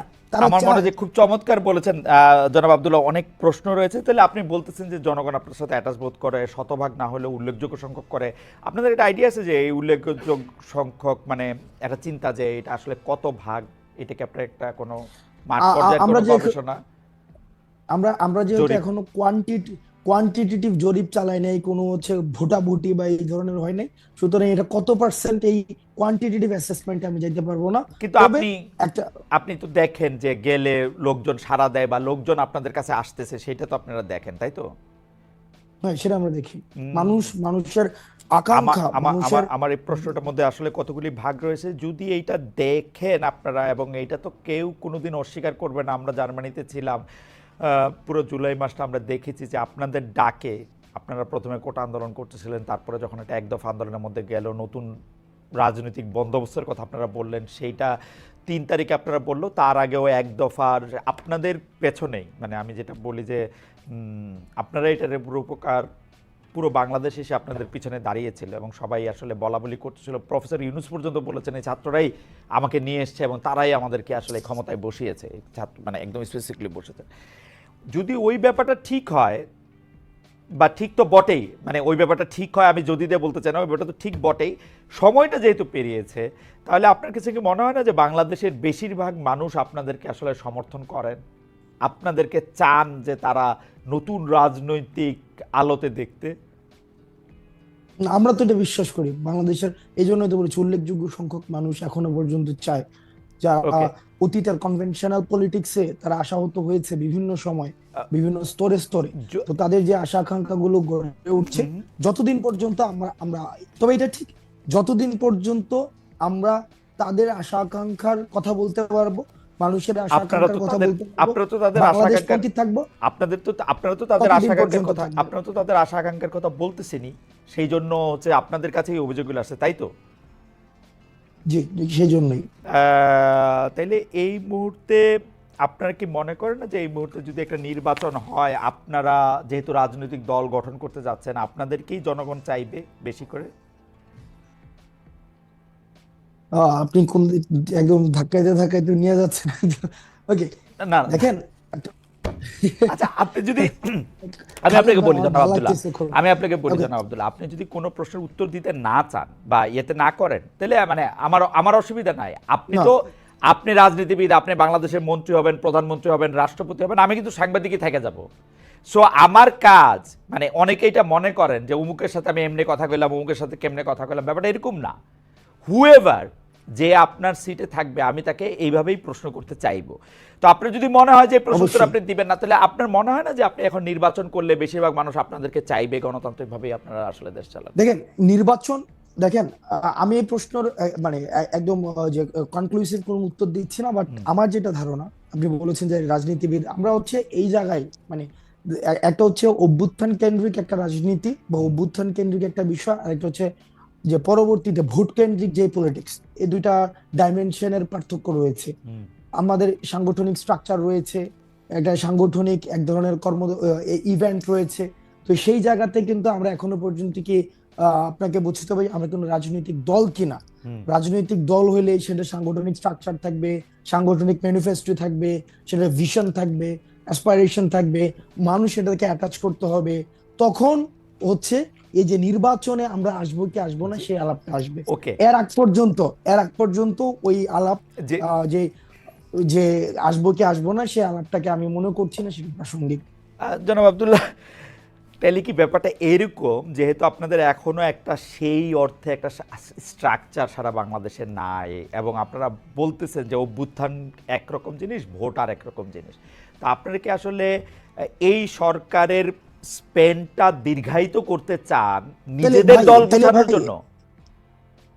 না ভাই, তাহলে কি আপনার বিষয়টা কি এমন দাঁড়াইলো যে আমরা ইতিমধ্যেই মানে বৈষম্যবিরোধী যে ছাত্র আন্দোলন বা বৈষম্যবিরোধী আন্দোলন, বিষয়টা কি আপনি কি এভাবেই দেখছেন যে এটা বাংলাদেশে অন্যান্য যে ক্রিয়াশীল রাজনৈতিক দলগুলো রয়েছে, সেই রাজনৈতিক দলগুলোর একটা মানে আমরা একটা নতুন একটা রাজনৈতিক দল, আপনি কি এভাবেই দেখছেন? আমি তাই দেখছি, কারণ আপনারা তো রাজনৈতিক দল করবেন, অর্থাৎ আপনাদের যে জাতীয় নাগরিক শক্তি আছে এবং বৈষম্য বিরোধী ছাত্র আন্দোলনে যারা আছেন, তাদের মধ্যে অনেকে এরকম একটা ধারণা দিয়েছেন যে আপনারা আসলে আগে রাজনৈতিক দল হোক, কিন্তু আপনাকে একটা স্পষ্ট করতে চাই, বৈষম্যবিরোধী ছাত্র আন্দোলনের আহ্বায়ক হিসেবে বৈষম্যবিরোধী ছাত্র আন্দোলন কোনো রাজনৈতিক প্ল্যাটফর্ম না।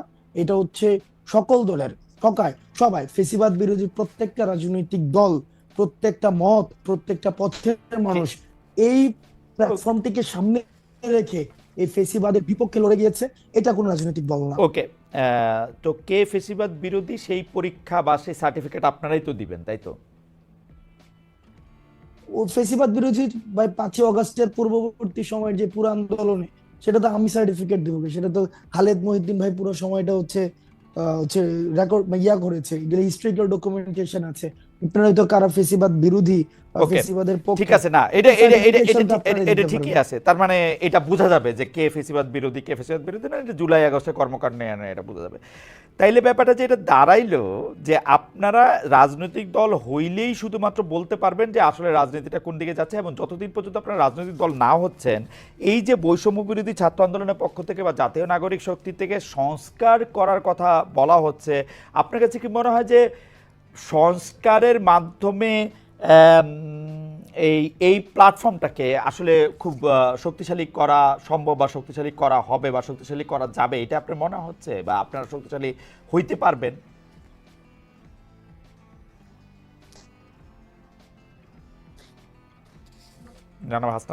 এই প্ল্যাটফর্মটা অলরেডি শক্তিশালী, কারণ এই প্ল্যাটফর্মটা হচ্ছে আমাকে শুনতে পাচ্ছেন স্পষ্ট স্পষ্ট, হ্যাঁ Am I properly audible? স্পষ্ট স্পষ্ট, হ্যাঁ স্পষ্ট স্পষ্ট, হ্যাঁ বলেন। Okay fine fine. এই প্ল্যাটফর্মকে ওকে ফাইন, এই প্ল্যাটফর্মকে আর শক্তিশালী করার কিছুই নেই, কারণ এই প্ল্যাটফর্ম অলরেডি শক্তিশালী। এই প্ল্যাটফর্ম শক্তিশালী হয়েছে বলেই হচ্ছে আমরা একটা, আপনার ভাষায় যারা হচ্ছে সংবিধানকে হত্যা করেছে, যারা হচ্ছে যার ফাঁসি হওয়া উচিত এই হত্যার জন্য, আমরা তাদেরকে পতন করতে পেরেছি। এবং এই প্ল্যাটফর্মটা হচ্ছে সকল, আমি আবারও বলছি, ফেসিবাদ বিরোধী প্রত্যেকটি রাজনৈতিক দলের প্রত্যেকটি সবার অংশগ্রহণ ছিল, আমরা সেটাকে কোঅর্ডিনেট করেছি। সুতরাং এটা শক্তিশালী হওয়ার কিছুই নেই, এটা অলরেডি একটা আপনি তো এম্পাওয়ার্ড, প্রপারলি এম্পাওয়ার্ড একটা আপনি তো সাহিত্যের ছাত্র, কিন্তু ঢাকা বিশ্ববিদ্যালয়ের ইংরেজি বিভাগের ছাত্র হিসেবে আপনাকে আসলে প্রচুর কম্পিটিশনের মধ্যে দিয়ে নিজের মেধা অনেকভাবে প্রমাণ করে আসলে আপনাকে এইটার মধ্যে আসতে হয়েছে। তো সুতরাং আপনি নিশ্চয়ই বিষয়গুলি জানেন যে একটা বস্তুর শক্তি যদি আর অর্জন করার না থাকে তখন এই শক্তিটা ক্ষয় হতে থাকে। তো আপনি কি সেটা রিস্ক নিচ্ছেন না যে এইটা আজকে যেরকম শক্তিশালী আছে, নির্বাচনটা যত পিছিয়ে যাবে তত আপনাদের এই শক্তি ক্ষয় হতে থাকবে? নাকি আপনারা বড় কোনো একটা গোষ্ঠীর সাথে একটা গাঁটছড়া বাঁধতে চাচ্ছেন, অর্থাৎ হয় বিএনপি নাইলে জামাত, ওরকম কোনো কিছু কি আপনাদের মাথায় আছে যে আপনারা জাস্ট একটা? খালেদ ভাই, যেই নির্বাচন কমিশন আপনার 24, 18 এবং 14 মতো ইলেকশন আয়োজন করে, যে পুলিশি ব্যবস্থা, যে স্টেট প্রত্যেকটা মানে কি বলা যায় প্রতিষ্ঠান এখনো পর্যন্ত প্রপারলি ফাংশন করতেছে না, এটা তো ট্রু। এটা তো এখানে সুগার কোটেড ল্যাঙ্গুয়েজ ব্যবহার করা মানে কোন না যে আমার এখানে গভর্নমেন্টকে আমার করতে হবে, অনেক বেশি হাইপে তুলতে হবে হাসিনার মতো, যে গভর্নমেন্ট পারতেছে, এটা তো ট্রু, প্রপারলি ফাংশন করতেছে না। তো আপনার কি মনে হয় হাসিনার এক্সিস্টিং স্ট্রাকচারটা বিদ্যমান রেখে যদি আবার একটা নির্বাচন আয়োজন করা হয়, ওই নির্বাচনটা আবার গ্রহণযোগ্য হবে? আমি আপনাকে একটা কথা বলি আব্দুল্লাহ, আমি আপনাকে একটা কথা বলি, একই সাথে আবার এটাও না যে সংস্কার হচ্ছে মানে যে নির্বাচন দেয়া যাচ্ছে না, নির্বাচন পিছায় যাচ্ছে, বিষয়টা তেমন না। সংস্কার এবং নির্বাচন, কিছুদিন আগেও গভর্নমেন্ট একটা প্রোগ্রাম করেছে, সেখানে আমরা দেখেছি, সেখানে ছিল জাতীয় ঐক্য, সংস্কার এবং নির্বাচন, এটা সাইমultaneously চলবে। এটা নিয়ে তো হচ্ছে কোন না, ব্যাপারটা এমন না ভাই। ওকে আমি খালি মাঝখানে একটা কথা কই, এই যে এই কথা বলা হয় যে শেখ হাসিনার লোকজন এগুলি রয়ে গেছে ওইখানে, আমি আপনাকে গ্যারান্টি দিয়ে বলতে পারি শেখ হাসিনার প্রধানমন্ত্রীর চেয়ারটা যেদিন ছেড়ে দিছে সেদিন আওয়ামী লীগের ফেট লেখা হয়ে গেছে, আওয়ামী লীগ হচ্ছে বাংলাদেশের হিস্ট্রি হয়ে গেছে। শেখ হাসিনা ওইটা খুব ভালো করে জানতো বলেই বলতে আপনি তাহলে একটা চলেন আমরা কনক্লুশনে যাই, মানে হিস্ট্রি হয়ে গেছে না, আমার বলতে দেন, জানতো বলেই বাংলাদেশের ইলেকশনে শেখ হাসিনার পক্ষে আর ম্যানিপুলেশন করা সম্ভব না। আমরা তো এইটাই চাইছিলাম যে শেখ হাসিনা ক্ষমতাটা ছাইড়া দিয়ে একটা ইলেকশন দিয়া দেখুক, এত বড় বড় আওয়ামী লীগের কথা বলে, এটা ইলেকশন ক্ষমতা ছেড়ে একটা ইলেকশন দেখ, চেয়ার থেকে নামে একটা ইলেকশন দেখ। শেখ হাসিনা এখন চেয়ারে নাই বইলেই আমি এটা গ্যারান্টি দিতে পারি যে বাংলাদেশের ইলেকশনে যদি সরকার না চায়, অর্থাৎ হাসনাত আব্দুল্লাহ গিয়ে সরকারকে বুঝায় আসবে যে ভাই আমরা নির্বাচন করতেছি, তোমরা আমাদের কিছু বলবা না, সরকার না চাইলে নির্বাচন ম্যানিপুলেটেড করা সম্ভব না। সরকার যদি নিরপেক্ষ হয়, নির্বাচন নিরপেক্ষ হবে, অ্যাজ সিম্পল অ্যাজ দ্যাট। এটা হাসিনার লোকই থাকুক আর যার লোকই থাকুক। ভাই আপনি নিজেই দেখেন, গভর্নমেন্ট আমরা একটা দীর্ঘ সময়ে আমরা বিএনপি, জামাত, এই যে ফেসিবাদ বিরোধী আন্দোলনের অন্যতম অংশীদার, আমরা একটা দীর্ঘ সময় দেখেছি যে এক্সিস্টিং যে কনস্টিটিউশনস রয়েছে, এক্সিস্টিং যে ইলেকশন কমিশন রয়েছে, এক্সিস্টিং যে জুডিশিয়ারি রয়েছে, সেক্রেটারিয়েট রয়েছে, ওইটার প্রতি কিন্তু আস্থা নাই। এটা একটা দীর্ঘ সময় তাদের কথা থেকে বারবার হচ্ছে এটা প্রতিধ্বনিত হয়েছে, আস্থা নাই, যেহেতু আস্থা নাই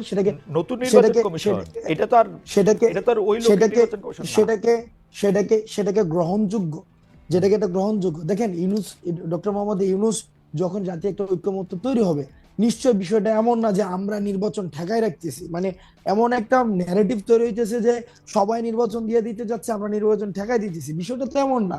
যখন একটা সংস্কার হবে, একটা নির্বাচনকে সরকারকে গ্রহণযোগ্য করার মতো একটা সংস্কার হবে। এক্ষেত্রে তো এখানে মির্জা ফখরুল সাহেবকে আমরা বলতে শুনেছি যে একটা প্রয়োজনীয় যখন সংস্কার হবে, একদম শুরুর দিকে বলছে সরকার যৌক্তিক সময় দেওয়া উচিত, একটা প্রয়োজনীয় সংস্কার হোক, সংস্কার হওয়ার পরে এই সংস্কারগুলিকে এটাই নির্বাচনকে ত্বরান্বিত করবে। তো সংস্কার এবং নির্বাচনকে আমরা তো মানে কোন সংস্কারগুলি, মনে করেন কোন সংস্কারগুলি, এইটা নিয়ে আলাদা আসলে কথা কইতে হবে। আমরা অনুষ্ঠানের সময় একটু বেশি নিতে চাই আজকে। কোন সংস্কারগুলি আসলে মানে এই মুহূর্তে দরকার বলে আপনি মনে করেন? আমি কিন্তু আমার মতামত আমি বলি, আমার মত হচ্ছে আপনারা একটা পলিটিক্যাল পার্টি করেন, পলিটিক্যাল পার্টি করে আপনারা যেহেতু জনপ্রিয়, আপনারা ইলেকশনে আসেন, এই মুহূর্তে ইলেকশন আসুক, আপনারা আরও 50 বছর ক্ষমতায় থাকেন, জনগণের ম্যান্ডেট নেই। এটা হচ্ছে আমার পজিশন। আমার কাছে মনে হয় যে জনগণ যদি আপনাদেরকে নির্বাচিত করে, আপনারা 50 বছর, আরও 20 বছর, 30 বছর, 40 বছর ক্ষমতা থাকেন, আরাম করে সংস্কার করেন, সেইটা হলো আমার পজিশন। ভাই আপনার কি মনে হয় যে আপনার কি পেলে ব্যাপারটা দাঁড়াইতেছে যে আপনার কথায় যে আমরা ক্ষমতায় আছি নাকি? বিষয়টা এটা আমার মনে হচ্ছে। আমরা ক্ষমতায় থাকলে তো ভাই হচ্ছে আমরা ক্ষমতায় থাকলে তো রাস্তায় কিছুদিন পর পর আন্দোলন করতে হইতো না। মানে আমরা ক্ষমতায় তো ব্যাপারটা এমন, এখানে সার্বজনীন একটা সরকার আছে, ট্রানজিশনাল হচ্ছে রেসপন্সিবিলিটি পালন করতেছে এই সরকার। তো আপনি যদি মনে করেন আমরা বলতে কাদেরকে বুঝাইতেছেন? ছাত্র বৈষম্য বিরোধী ছাত্র আন্দোলন। এই সরকার সবার এই গণঅভ্যুত্থানে যারা আসছিল সবার ঐক্যমত্যের ভিত্তিতে সরকার হয়েছে এবং তারা ট্রানজিশনাল রেসপন্সিবিলিটি পালন করছে। এই ব্যাপারটা এমন না যদি সরকার যদি মানে আমাদের সরকারি হইতো বা সরকার যদি আমারই হইতো, আমার কিছুদিন পর পর তো আন্দোলন করতে হইতো না।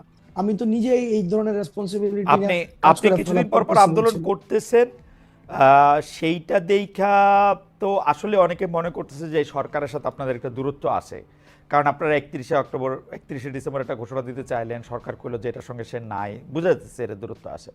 আবার আপনারা যে সরকারের বাইরে থাইকাও সরকারের মতো, আচ্ছা একটু মাঝখান দিয়ে বলে নিই, চ্যানেল 24 এর জন্য আমি একটু সাইন আউট করতেছি। চ্যানেল 24 আছে টপ অফ দ্য নিউজের মধ্যে থেকে তারা চলে যাবে। Thank you so much channel 24 এর দর্শক। তো আলাদা মনে হইতেছে, কিন্তু ফ্যাক্ট রিমেইনস যে আপনি সরকারের বাইরে থাকলে আপনি আসলে বিরোধী দল, এরকমও কি আমরা বলতে পারি? নাকি আপনি সরকারের একটা এক্সটেন্ডেড হ্যান্ড, যার ক্ষমতা আসলে যারা সরকারে থাকতেছে তাদের চেয়েও বেশি? মানে ব্যাপারটা কি এরকম যে সব সমস্যার সমাধান দিতে পারে হাসনাত আর সার্জিস? ব্যাপারটা কি এরকম? আমরা একটা ওয়াচডগ হিসেবে কাজ করতেছি। ওয়াচডগ হিসেবে গভর্নমেন্টের এক্সটেন্ডেড কোনো হ্যান্ড হয় না। গভর্নমেন্টের এক্সটেন্ডেড হ্যান্ড আগে ছিল, ছাত্রলীগ ছিল। গভর্নমেন্টের এক্সটেন্ডেড এরকম না। আমরা গভর্নমেন্টের এক্সটেন্ডেড হ্যান্ড যদি হইতো, গভর্নমেন্টের এক্সটেন্ডেড যদি হ্যান্ড হইতো, বিভিন্ন জায়গায় মিসঅ্যাপ্রোপ্রিয়েশন হইতো। আমরা তো মিসঅ্যাপ্রোপ্রিয়েশন না, আপনারা কোনো মিসঅ্যাপ্রোপ্রিয়েশন করতেছেন, আমরা যেটা করতে দিতেছেন না। না আমরা আমরা চাইতেছি মানুষ যেটা কইতে চাইতেছে, মানুষ যেটা চাইতেছে, মানুষ যেমন বাংলাদেশ চাইতেছে, আমরা আমাদের জায়গা থেকে ওয়াচডগ হিসেবে একটা গভর্নমেন্টকে, গভর্নমেন্ট যেন প্রপার ফাংশন করতে পারে, গভর্নমেন্ট যেন আমাদের ডিরেল না হইতে পারে,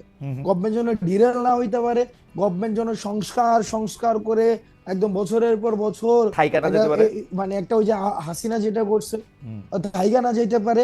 গভর্নমেন্ট যেন আবার মানে ব্যাপারটা এমন না যে এই যে আওয়ামী ফেসিবাদ, এটা তো এমন না যে এটা চ্যাপ্টার যে কেউ হচ্ছে ফেসিবাদ হইতে পারে। ওকে, এটা যেন আর কেউ না হইতে পারে। মানুষের আশা আকাঙ্ক্ষা। আচ্ছা আপনি মানে এই কাজটা আমরা করতেছি। খুবই আপনি চমৎকার বলছেন জনাব আব্দুল্লাহ। এইটা আপনি বলেন তো, এই যে বৈষম্য বিরোধী ছাত্র আন্দোলন, জাতীয় নাগরিক কমিটি নামে আপনার দুইটা সংগঠনে কিন্তু সক্রিয়, দুইটারই অফিস আছে। এর বাইরে আমরা শুনছি যে আপনারা নতুন রাজনৈতিক দল করতে যাচ্ছেন। আপনি আবার একটু পরে গিয়ে বলবেন যে অ্যাজাম্পশন, ফ্যাক্ট এগুলি আমাদের শিখাবেন, আমি শিখবো, এগুলি অসুবিধা নাই। কিন্তু এই যে জেলা বিভাগে মত বিনিময়, আপনার কাছ থেকে জেলা বিভাগে আপনার কাছ থেকে আমরা শিখছি। আচ্ছা জেলা বিভাগে মত বিনিময়, ওকে ফাইন, জেলা বিভাগে মত বিনিময়, মিছিল, সভা, মার্চ, নানা কিছু আয়োজন করতেছেন আপনারা। খুব জনপ্রিয় প্রশ্ন এটা, এগুলির ব্যয় আসলে কিভাবে আপনারা নির্বাহ করতেছেন? আপনাদের আর্থিক যোগান কিভাবে হইতেছে? হ্যাঁ, প্রশ্ন উঠতেছে এরকম যে রাষ্ট্রীয় গোয়েন্দা সংস্থা ভাই ভাই একটা রাজনৈতিক আটকাই দল গেছে। গঠনের চেষ্টা চালাচ্ছে। ভাই আটকাই গেছে, একটু পিছন থেকে বলতে হবে, কারণ ও আমি আচ্ছা আচ্ছা দুইটা sentence শুনি নাই। না সহজ, আপনাদের দুইটা জিনিস, একটা বৈষম্য বিরোধী ছাত্র আন্দোলন, একটা জাতীয় নাগরিক কমিটি, হ্যাঁ, এই দুইটাই আপনারা সক্রিয়, দুইটারই অফিস আছে, কিন্তু আপনারা জেলা বিভাগ এদিকে যাইতেছেন, বিভিন্ন ধরনের সভা করতেছেন, এগুলির টাকা আসতেছে কোত্থেকে? মানে ওকে ভাই ভাই এই হ্যাঁ, প্রশ্নই থাকে, এই প্রশ্নে কেউ কেউ কইতেছে যে আপনাদেরকে ডিজিএফআই এনএসআই সরকার এরকম টাকা দিচ্ছে, আপনাদের দিয়ে একটা দট করতেছে, বলেন এবার। আচ্ছা খালেদ ভাই, আমি একটা কথা বলি, যেমন আমি ব্যক্তিগতভাবে লাস্ট 15 দিন ধরে একটা প্রাডো চড়তেছি। প্রাডো গাড়িটার দাম হচ্ছে 1,80,00,000 টাকা। প্রাডো চড়তেছি, হয়তো আগামী সপ্তাহ থেকে ওডি চড়বো। ওডি যেমন আমার অ্যাকোয়েন্টেন্সের মধ্যে প্রাডো আছে, ওডি আছে, তারপর হচ্ছে বিএমডব্লিউ আছে, তারপর হচ্ছে মার্সিডিজ আছে, করোলা এক্স থেকে শুরু করে আলফ্রাডো পর্যন্ত আছে, রাইট? এখন আপনার কি মনে হয় না যে হাসনাত আব্দুল্লাহ একটা আন্দোলন করেছে? যেমন খালেদ ভাই, আপনার গাড়িটা কি, মানে আপনি কি মডেলের গাড়ি এখন ব্যবহার করেন? এখন নিউ ইয়র্কে গাড়ি নাই, মানে নিউ ইয়র্কে গাড়ি নাই, মানে গাড়ি তো ছিল, কি গাড়ি আছে আপনি? আমার জার্মানিতে ভক্সওয়াগন ছিল, ওরা ফক্সওয়াগন বলে। আচ্ছা ভক্সওয়াগন বা ফক্সওয়াগন হোয়াটএভার, আপনার কি মনে হয় না বাংলাদেশে এরকম হাসনাত আব্দুল্লাহ অন্তত 100টা খালেদ ভাই আছে যে তাকে গাড়ি দিতে পারে? হ্যাঁ, না না না, এইগুলি নিয়ে কিন্তু আমার কোনো আপত্তি নাই, কিন্তু আসতেছি ভাই। বলেন। হ্যাঁ, ঠিক একইভাবে এই 100টা খালেদ মহিউদ্দিন ভাই বাংলাদেশে এরকম ফক্সওয়াগনের মালিক যেমন আছে, তারাই চায়, এই শুভাকাঙ্ক্ষীরাই চায় যে তাদের একটা প্রোগ্রাম হবে। ভাই আমরা একটা প্রোগ্রাম আয়োজন করতেছি, আপনারা আসেন, সেখানে মানুষের সাথে আপনারা কথা বলেন। মানুষের আপনাদের প্রতি অনেক ধরনের হচ্ছে নেতিবাচক ধারণা রয়েছে, তাদের অনেক জিজ্ঞাসা রয়েছে, তারা অনেক কিছু জানতে চায়, অনেক কিছু বলতে চায়। আমরা সেই জিনিসটা তাদের আয়োজনে গিয়েছি। 100 খালেদ মহিউদ্দিন সেই কাজগুলা করে। 100 খালেদ মহিউদ্দিন বাংলাদেশে 100-1000 খালেদ মহিউদ্দিন আছে। না না, আমার 50 লক্ষ খালেদ মহিউদ্দিন আছে, অসুবিধা নাই। কিন্তু আমার কাছে মনে হয় যে এই যে আপনাকে প্রাডো চড়তেন, এখন প্রাডো চড়তেছেন, ওডি চড়তেছেন, মার্সিডিজ চড়বেন, বিএমডব্লিউ চড়বেন, সেগুলো ঠিক আছে, কিন্তু আপনার সাথে কি এদেরই বেশি বন্ধুত্ব হইতেছে রিক্সাওয়ালা বা টয়োটাওয়ালাদের চেয়ে? আমার রিক্সাওয়ালাদের সাথে সম্পর্ক আছে, আমার না মানে প্রাডো, ওডি, মার্সিডিজ, বিএমডব্লিউ যাদের আছে তারা কি হাসনাত আব্দুল্লাহর কাছে বেশি কাছে যেতে পারতেছে? যে আমার কথাটা আপনি বেশি শুনেন। আমি এই যে প্রাডোটা নিয়ে হচ্ছে রিক্সাওয়ালাদের কাছে যাচ্ছি, প্রান্তিক জনপদের কাছে যাচ্ছি, মানে প্রাডোটা নিয়ে যাইতেছি, প্রাডোটা নিয়ে যাইতেছি। এই প্রাডোটা কি আপনি একটা স্টেটমেন্ট হিসেবে ব্যবহার করতেছেন যে দেখো আমার কাছে একটা প্রাডো আছে? কারণ আপনি ইচ্ছা করলে একটা টয়োটাওয়ালারও নিয়ে যেতে পারতেন, তাই না? আমার এটা বুঝাইতে চাইতেছি যে I have access to everything. আমার হচ্ছে you have access to everything, really? Corolla X থেকে শুরু করে, যেমন মিডিয়া একটা অ্যাসাসিনেশন কি হইতেছে, যেমন আমি গতকাল একটা হচ্ছে আপনাকে নিউজ দেখাই। না না, ক্যারেক্টার অ্যাসাসিনেশন কিভাবে হয় খালেদ ভাই দেখেন, আপনাকে জাস্ট একটা এক্সাম্পল দিই। গত পরশুদিন একটা নিউজ হইছে এবং প্রথিতযশা বিভিন্ন মিডিয়া নিউজ করছে, হাসনাত এবং সার্জিসের বাসায় 200 কোটি টাকা এবং 100 কোটি টাকা পাওয়া গিয়েছে। প্রতিদিন মিডিয়া বলতে আমি তো পড়ি নাই, কোনটা এটা মিডিয়া? কালের কণ্ঠের মধ্যে আসছে, কালের কণ্ঠ হচ্ছে অনলাইন ইয়াতে, এবং নিচে করে হ্যাঁ কালের কণ্ঠ, এবং নিচে ছোট করে লেখা আছে বিস্তারিত কমেন্টে, এবং বিস্তারিত কমেন্টে একটা লিংক দেওয়া আছে, লিংকের পুরাটা পড়ার পরে যে এটা হচ্ছে একটা মিথ্যা তথ্য। এই যে দেখেন, এই যে হাসনাত প্রাডু চোরে, হাসনাতে হচ্ছে একটা এক্স করোলা আছে, হাসনাত তো ভাই না খায় ছিল। এই যেই খবর আবার নিচে দিয়ে মিথ্যা লেখা দেয়, এটা আমরা আলোচনা করে সময় নষ্ট না করি। কথা হইলো যে আপনারা যে সভা সমিতি করতেছেন, আমি কোন জায়গায় প্রশ্নটা আসতে যেতেছি, আমি কোন জায়গায় প্রশ্নটা করতেছি, জনমতটা গইরা উঠে ওইভাবেই যে হাসনাত প্রাডু চড়তেছে, ওকে, কিন্তু পরের প্রাডুটা সেটার উৎসটা কি সেটা নিয়ে কিন্তু জনমতটা গইরা উঠে না। ওকে, এই ক্লিকবেট জার্নালিজমের প্রবলেমটা হচ্ছে এই জায়গায় ভাই। দেখেন আমি আপনাকে বলি, আমার 2টা বন্ধু আছে, এর একটা প্রাডো গাড়ি আছে, এর একটা টয়োটা গাড়ি আছে, আরেকটা খালাতো বন্ধু আছে, ওর ধরেন আরো একটা ছোট গাড়ি আছে। আমি যে এর মধ্যে পিক এন্ড চুজ করে প্রাডোটা নিতেছি, এর মধ্যে আমার কোনো কামনা বাসনা আছে কিনা? না, আমার মধ্যে যেটা কমফোর্ট ফিল করতেছি আমি সেটা নিয়ে যেতেছি। কিছু এমনও তো ওভারও তো চড়তে হয় মাঝে মাঝে। আচ্ছা আচ্ছা আচ্ছা, এই- মানে যেটাতে আপনি এটা কমফোর্ট ফিল এটাকে করতেছেন, আপনি ইউ আর কমফোর্টেবল এটাকে মানে এইটাতে কমফোর্ট এইটা আমি কেন কমফোর্টেবল জিজ্ঞেস এন্ড করছি আমি বলি অ্যাভেলেবিলিটি, বলি বলি কমফোর্টেবল এন্ড বলি বলি তারা কিছু এই বন্ধু আমরা আমরা আপনি ইংরেজি সাহিত্যের ছাত্র, আপনি কিন্তু বারবার মানে ইংরেজি সাহিত্যের কথা বলতে হয়। আপনি কি কখনো দেখছেন যে কেউ কোনো বন্ধুত্বের বিনিময়ে কিছু আশা না করে? যারা আপনার সাথে এই বন্ধুত্বটা এখন করতেছে তারা আপনার থেকে কিছু আশা করতেছে না? না ভাই, বন্ধুত্ব না তো। হ্যাঁ, আপনার ওই যে এই যে হাসিনার বিরুদ্ধে যারা আন্দোলনে আসছিল, হ্যাঁ। মানুষ তো টাকা নিয়ে রাস্তায় আসছিল। এই টাকা কোন দিনের জন্য? এই আচ্ছা। টাকা হচ্ছে মানুষের জন্য। যদি দেশে পোলাপাইন না থাকে আমি এই টাকা দিয়ে কি করব? এই ভিডিও গুলো তো আছে, Right. ওই মানুষগুলো এখনো আছে, ওই মানুষগুলো এখনো আছে যারা চাই না কোনোভাবে আর বাংলাদেশটা কোলাপস করুক, বাংলাদেশের মানুষ আশাহত হোক। এই ধরনের প্রচুর মানুষ আছে ভাই, প্রচুর মানুষ আছে টাকা আপনারা না না যারা এই কাজটা আচ্ছা ঠিক আছে করতেছে, ঠিক আছে, আমি এটা বুঝতে করতে পারছি। সুতরাং টাকা আপনারা কোনো ওই যে পলিটিক্যাল পার্টিগুলি যেমন করে চাঁদা নেয়, একটা রসিদ দেয় বা দেয় না, তারপর টাকা নিয়ে এরকম থাকে, তা আপনারাও যখন এই ব্যয়টা এগুলির জন্য টাকা নিতেছেন, এগুলি কোনো রসিদ টসিদ থাকতেছে না, এটা জাস্ট মুখে মুখে কথায় এই 50,000 টাকা দিল, এই রাস্তা দ্বারা 20,000 টাকা দিল, ব্যাপারটা কি এরকম? আচ্ছা, একটা প্রোগ্রাম আমরা কেমনে আয়োজন করি? হ্যাঁ, বলেন তো, একদম বলেন তো। সহজ কথা, এখানে বলেন তো। আমরা তর্কের খাতিরে ধরে নেই, আমরা তর্কের খাতিরে ধরে নেই এই প্রোগ্রামটাতে 1 লাখ টাকা ব্যয় হবে। এবার আপনি আমার ব্রেকআপটা দেখান। এবার আসেন প্রোগ্রামটা আয়োজন করে কিভাবে। একটা বিষয় প্রথমে মাথায় রাখতে হবে, বৈষম্যবিরোধী ছাত্র আন্দোলন কোনো রাজনৈতিক দল না। আমি শুরুতে বলছি সবার অংশগ্রহণ করেছে। এবার ধরেন খালেদ মহিউদ্দিন ভাই চাইতেছে তার এলাকায় মানুষ কথা বলতে চায়, তার এলাকায় যারা আন্দোলন করেছে তারা আমাদের সাথে কথা বলতে চায়, তারা আমাদের বিষয়ে কিছু কিছু বিষয়ে তারা ক্ষুব্ধ, তারা আমাদের বিষয়ে তারা কিছু ইস্যু আছে, এবং একই সাথে তারা কিছু আশা আকাঙ্ক্ষার কথা বলতে চায়। আমরা সেখানে যাই, খালেদ মহিউদ্দিন কি করে সেই প্রোগ্রামের আয়োজন করে, সেই প্রোগ্রামে এলাকার মানুষ থাকে, যারা আন্দোলন অংশীজন ছিল তারা থাকে, তারা নিজস্ব ফান্ডিং এ সেই কাজটা করে। সিম্পল।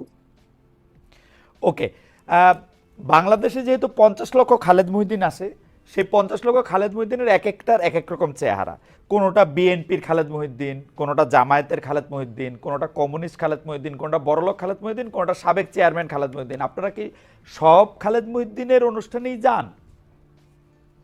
আমরা সব আমাদের একমাত্র লিটমাস টেস্ট ফেসিবাদের যারা হচ্ছে এই কাঠামোর, এই যে আওয়ামী পৃষ্ঠপোষকতা করেছে এবং এই যে আওয়ামী লীগ বাদ দিয়ে কাঠামোতে সবার কাছে যান, আওয়ামী লীগ বাদ দিয়ে সবার কাছে যান। যারা এই যে গণ অভ্যুত্থানে ফেসিবাদ বিরোধী যে শক্তিটা ছিল, আমরা সবার কাছেই যাই, সবার কাছে যারা ডাকায় তাদের কাছেই যাই। আপনাদের লিটমাস টেস্ট হচ্ছে যারা আওয়ামী মানে গণ অভ্যুত্থানে যারা আওয়ামী লীগের সঙ্গে ছিল বা আওয়ামী লীগের বিরোধিতা করেনি, তারা বাদ দিয়ে আপনারা সবার কাছে যান। আপনারা কয়েকদিন আগে যে সিটি কর্পোরেশনের কাউন্সিলরদেরকে রিইনস্টেট করতে চাইলেন, এটাকে ওই প্রক্রিয়ার মানে লিটমাস টেস্টটা ওরা পার হয়েছিল? ওই প্রক্রিয়া লিটমাস টেস্ট, ওই ঘটনাটা খুব ইন্টারেস্টিং একটা ঘটনা। প্রথমত হচ্ছে ওই মানুষগুলো আমাদের কাছে আসছে যে তারা হচ্ছে জামাত এবং বিএনপির থেকে তারা নির্বাচন করেছে, এবং ওই নির্বাচনে এমনও হয়েছে যে তারা জেলে ছিল, এই হাসিনার বিরুদ্ধে আন্দোলনের পরে তারা জেলে ছিল, জেলে বসে নির্বাচন করেছিল এবং সেখানে তারা হচ্ছে জয়ী হয়েছিল। ওই জামাত এবং বিএনপির যেই অংশটা ছিল, ওই অংশটা আমাদেরকে ডেকেছে, আমরা নিয়েছি না, তাদেরকে আমরা ডেকেছে, এবং সেখানে কিছু কিছু জায়গায়, হ্যাঁ এটা ঠিক যে মানে এই জায়গায় অস্বীকার করার কোনো উপায় নেই, সেখানে কিছু কিছু বক্তব্য ওভাবে আসা উচিত ছিল না যেভাবে আমরা আমাদের জায়গা থেকে এসেছে। আমরা আমাদের জায়গা থেকে তাদেরকে তো রিইনস্টেট করার কোনো ধরনের আমাদের পাওয়ার নাই।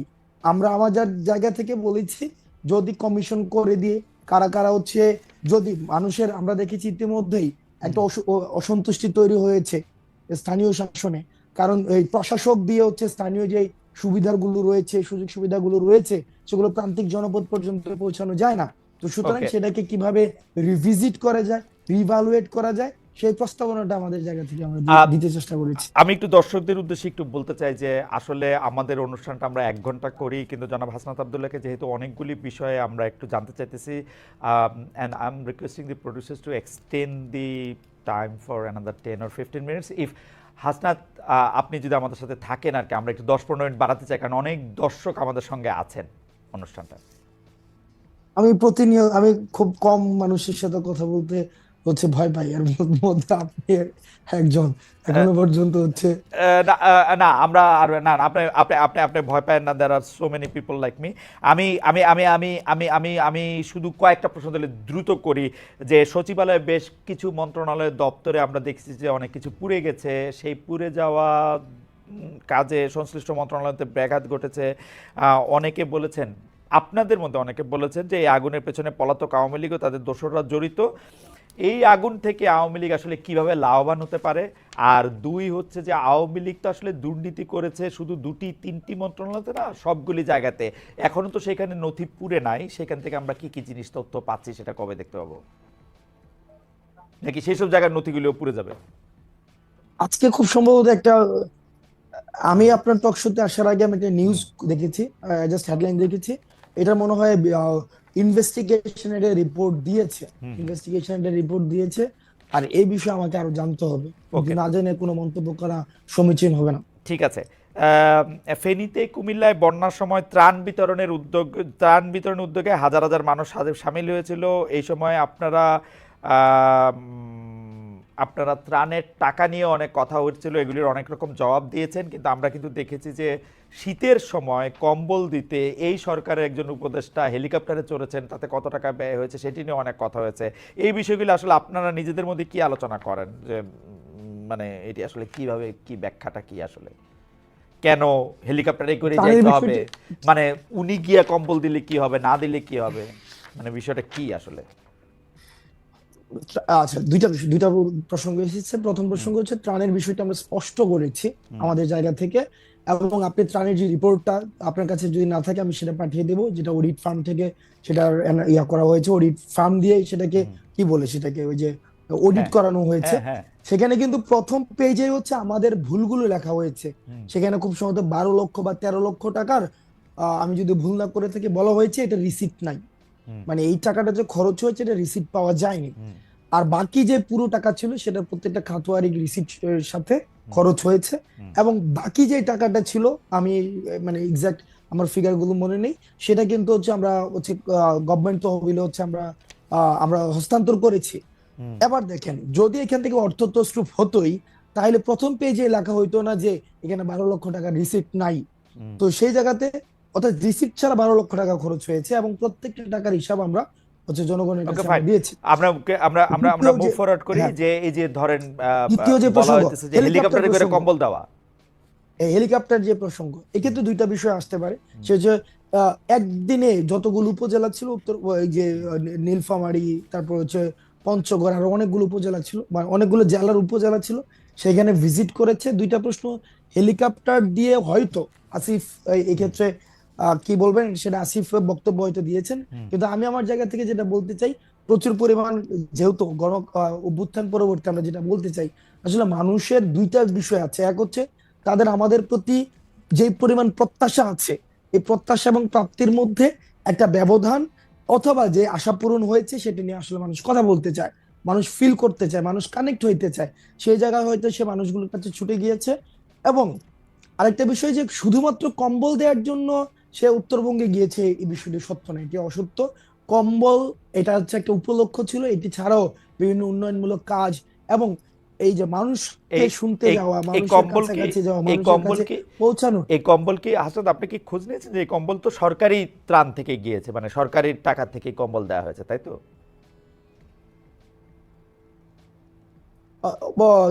আসিফ তো মনে হয় নিজ উদ্যোগে দেয় নাই, বা নিজের ফান্ড থেকে দেওয়ার তো বিষয়, ওর নিজের ফান্ড আছে বলতে আমি জানি না। ওকে, আর সরকারি উদ্যোগে তো মনে হয় তাহলে কি সরকার সেই হেলিকপ্টার যাত্রারও ব্যবস্থা করেছে বিভিন্ন জায়গায় যাওয়া? যে আমি যদি ভুল না করে থাকি, বা আপনি এই বিষয়ে আরো আমার থেকে আরো ভালো সরকারি যাতায়াত, সরকারের টাকাই তো গেছে, মানে যদি মানে ওরা যারা সরকারি ব্যক্তিদের যাতায়াত তো সরকারি বহন করার কথা। আপনার কাছে এটা আমি যদি ভুল না করে থাকি, এবং এই বিষয়ে আপনার কাছে কি ঠিক মনে হয় যে ধরেন আওয়ামী লীগের আমলে এগুলো আমরা খুব বেশি পরিমাণে দেখছি, বিএনপি জাতীয় পার্টির আমলেও দেখছি যে সরকারি টাকার ত্রাণ সরকারের কাছে পৌঁছাই দিলে ডিসি ওনারাও গিয়ে পৌঁছাই দিয়ে আসতে পারে, কিন্তু এই যে জনসংযোগ করা, জনগণের সামনে হাজির থাকা, জনগণের সামনে রেলেভেন্ট থাকার জন্য নিজেও যাওয়া হেলিকপ্টারে করে, এটা ঠিক লাগতেছে? মানে ইট ইজ ওকে? এবং যদি আপনি ওকে নিজেই আমি- বললেন যে শুধু কম্বল দিতে তো যায় নাই, আরো 2-4টা জনসংযোগ করা, মানুষ আসিফরে চিনা রাখুক, পরে পোস্টারে ছবি ব্যবহার হবে আপনার আসিফের হাসনাতের, এগুলির জন্য তো একটা উদ্দেশ্য থাকে, তাই না? যে মানুষ যাতে চেহারাটা চিনে। মানুষকে ওখানে না গেলেও মানুষ চেহারা চিনে, ওই যে ওখানে গিয়া চেহারা পরিচিত করাইতে হইব, সেটা ওই না। খালেদ মহিউদ্দিনকে পঞ্চগড়কে পরিচিত করাইতে হইব, মনে কম্বল লাগবে বিতরণ মনে। করা। খালেদ মহিউদ্দিন না, খালেদ মহিউদ্দিন ওইটা না, খালেদ মহিউদ্দিনের এমনি মানুষ চিনে, ওকে, আসিফের মানুষ এমনিও চিনে। তো দাঁড়াইলো যে আসলে জনসংযোগটা বা মানুষের কথা শোনার জন্য উনি গেছেন, কম্বল দেওয়াটা একমাত্র উদ্দেশ্য ছিল না, তাই তো? কম্বল দেওয়াটা একমাত্র অবশ্য উদ্দেশ্য ছিল না, সেখানে বেশ অনেকগুলো হচ্ছে আমি মানে ফ্যাক্ট বেস বা এভিডেন্স বেস কোয়ান্টিটেটিভ ইয়াটা বলতে পারছি না, কিন্তু অনেকগুলো উন্নয়নমূলক কাজের সেখানে উদ্বোধন করা হয়েছে। এবং একটা জনপ্রতিনিধি, তারা যেহেতু মানুষের প্রতিনিধিত্ব এখন করছে, তো সেই জায়গা থেকে মানুষ হচ্ছে মানুষের সাথে সংযোগ, এই জিনিসটাকে এটাকে ক্রিটিক্যালি খরচের বিষয়টাকে ক্রিটিক্যালি নেওয়া যায়, যে এটাকে আরো কিভাবে সফিস্টিকেটেড করা যেত, কস্ট ফ্রেন্ডলি করা যেত, সেটা নিয়ে আলোচনা হইতে পারে, সেটা নিয়ে অবশ্যই আলোচনা হইতে পারে। সে আলোচনাকে বন্ধ করে দিতে হবে বিষয়টা এমন না, সেটা নিয়ে আলোচনা হইতে পারে। লাস্ট প্রশ্ন আপনার, মানে শেষ প্রশ্ন যেটা দিয়ে আপনি শুরু করতেছিলেন, সেটা আমার একটু জানতে চাই যে সময় টেলিভিশনের কথা যদি আমরা বলি, যে সময় টেলিভিশনে জুলাইয়ের আগে সময় টেলিভিশনে একটা স্পষ্ট এবং প্রত্যক্ষ অবস্থান ছিল, এবং শেখ হাসিনার রেজিমে যেরকম হয়েছে যে মিডিয়াগুলি বেশিরভাগ সময় এমন কিছু রিপোর্ট করছে, সেটা কোনো সময় মিডিয়া দাবি করছে যে সেটা চাপে করছে, কোনো সময় মিডিয়া এটা একটা রেজিমরে সাহায্য করার জন্য নিজ উদ্যোগেও করছে, মানে শুধু চাপের জন্য কইরা নিজেরা এখন ভিকটিম প্লে করবে ব্যাপারটা নাও হইতে পারে, মানে নিজেও করছে। আমার অভিজ্ঞতা এরকম বলে যে নিজেরা থেকে তারা বেশি ভালো হইতে গেছে শেখ হাসিনার কাছে, এরকম আমি দেখছি, নিজেরাও করছে। এখন সময় টিভির ক্ষেত্রে এটা দুইটা অভিযোগই করা যেতে পারে, কিন্তু 5 আগস্টের পরে জিনিসটা যেটা হইলো, জনাব হাসনাত আবদুল্লাহর কাছে খবর আসলো বা জনাব হাসনাত আবদুল্লাহ ভিডিও এভিডেন্স দেখলেন এরকম, যে সময় টিভি এখনো এই জিনিসটা করে যেতেছে, ব্যাপারটা কি এরকম? আচ্ছা ভাই, আমি আমাকে প্র্যাকটিক্যাল অভিজ্ঞতা বলি। হ্যাঁ বলেন। আমাদেরকে যখন আইন শৃঙ্খলা রক্ষাকারী বাহিনী উঠাই নিয়ে গেল 17 জুলাইয়ের পরে, রাষ্ট্রীয় অতিথি ভবন পদ্মাতে নিয়ে গেল, তখন আমাদের সামনে আমাদের একটা আমরা বক্তব্য দিলাম যে শাটডাউন কর্মসূচি অব্যাহত থাকবে এবং এই যে মানুষ রাস্তায় নেমে আসছে সেটা অব্যাহত থাকবে। কিন্তু আমি নিজে দাঁড়ায় আছি, এই যে ইনফরমেশনটা এমন, সেখানে সময় টেলিভিশন স্পেসিফিক্যালি এটাকে টুইস্ট করলো। জনাব আব্দুল্লাহ, আমাদের একদম সময় না, আপনি সময় টেলিভিশনে 5 আগস্টের কথা আর কইনি না, 5 আগস্টের কথা আর কইনি না, 5 আগস্টে একদম খারিজ করে দেন। আমি শেষ করি ভাই, হ্যাঁ বলেন। নিউজগুলো কেমনে হইতো, আমি তো ভিকটিম ভাই, সেটাই 5 আগস্টের কথা আর কইেন না, আমরা সবাই সাক্ষী দিতেছি আপনারা ভিকটিম সময় টেলিভিশন দিয়া। আমার কল লাগবে ভাই, আমার কল লাগবে, বলেন। কারণ আপনি দেখবেন যে যেখানে হইছে, তার মানে আপনি যদি বলেন যে কেউ চাপে বইরা করছে, না, আমি তো বললাম না, তো আমি তো বললাম সে ভালোবাসাও করছে, সে ভালো সাজার লেগেও করছে, ভালো সাজার লেগে করছে, এটা আমি কইছি, কিন্তু হয়তো আপনি শুনেন না, আমি কইছি কিন্তু এটা করছে। আর তাহলে প্রশ্নটা কোন জায়গায় ছিল? প্রশ্ন ছিল হচ্ছে 5 আগস্টের পরের ঘটনা নিয়ে, যখন হচ্ছে আমরা নতুন সরকার দেখলাম, তারপরে কি এমন ঘটনা নিয়ে, মানে হাসনাত আবদুল্লাহ তো আসলে যদি সময় টেলিভিশনে 5 আগস্টের আগে যাইতো, আগে যাইয়া সময় টেলিভিশনে এগুলির দাবিটা জানায় আসতো, আমরা এইটাতে কোনো আলাদা আপত্তির কোনো কিছু দেখতাম না, কারণ এটার মধ্যে সরকার কাজ করতেছে না, সরকার হচ্ছে মিডিয়া প্রতিষ্ঠানগুলি ধ্বংস করে ফেলছে, তো এর মধ্যে আর কাজ করবে কি? আমরা দেখছি কিন্তু বিটিভিতে আগুন দেওয়া হয়েছে, মানুষের রাগ ক্ষোভ সবকিছুর মধ্যে ছিল। বিটিভির আগুন দেওয়া নিয়েও আমি একটা প্রশ্ন করি নাই, একটা প্রশ্ন আমি করি না, আপনি দেখবেন বিটিভির আগুন দেওয়া নিয়ে, কিন্তু সময় টেলিভিশনে আপনার যাওয়া নিয়েও আমি প্রশ্ন তুলতেছি, বিকজ এটা 5 আগস্টের পরে, ওই জায়গাটাতে আমি জানতে চাইতেছিলাম যে 5 আগস্টের পরে কি করলো। আগেরটা তো আমি মাইনা নিছি, একদম 100%। ওকে, 5 আগস্টের পরেও যখন আমরা শুনছি, আমরা জানি যে ওইখানের পরিচালনা পর্ষদ, তারপরে হচ্ছে ওইখানের যে জুলাই গণঅভ্যুত্থানের হত্যা মামলার আসামি ওখানে আছে, এবং যারা 5 আগস্টের পরবর্তী সময়, আমার কাছে একাধিক ফুটেজ আছে, সেখানে হচ্ছে ইন্টেনশনালি হচ্ছে প্রেসক্রাইব নিউজ করেছে, বক্তব্যকে টুইস্ট করে সেখানে পরিচালনা করেছে, সেই জন্য 5 আগস্ট পরবর্তী সময়ে সেখানে আমাদেরকে যেতে হয়েছে। এখানে দুইটা বিষয়, এক, যে সরকার হয়েছে অন্তর্বর্তীকালীন সরকার, সেই সরকার মিডিয়াকে যেভাবে হচ্ছে, যারা হচ্ছে দোষী যেভাবে হচ্ছে বিচার প্রক্রিয়া পরিচালনা করার কথা ছিল, হয়তো সেটা হয়তো না, এটা করতে পারে নাই বলেই সেখানে আমাকে ইন্টারফেয়ার করতে হয়েছে। সরকার পারে নাই তাই আপনি ইন্টারফেয়ার করছেন? সরকার পারে নাই বলে আমাকে সময় টেলিভিশনে 5 আগস্টের পরে এরকম যেতে আর এটা কি মানে এটা মিডিয়া আসছে বলে আমরা বেশি বেশি আলোচনা করছি, এরকম ইন্টারফেয়ার কি আপনি প্রায়ই করে থাকেন না এটাই করছেন? না, এরকম ইন্টারফেয়ার প্রায় করে থাকি না। যেই সময় টেলিভিশনের মতো যারা হচ্ছে ওই যে 5 আগস্টের পূর্ব থেকে শুরু করে না পরবর্তী আমার পর্যন্ত- প্রশ্নটা হচ্ছে এটা মিডিয়া হইছে বলে বেশি আলোচনায় আসছে, এটা অন্যান্য জায়গায় আপনারা ইন্টারফেয়ার করেন কিনা? আপনি না অন্যান্য জায়গায় অন্যান্য জায়গায় ইন্টারফেয়ার সরকার সব জায়গায় আর বাকি সব জায়গায় পারে?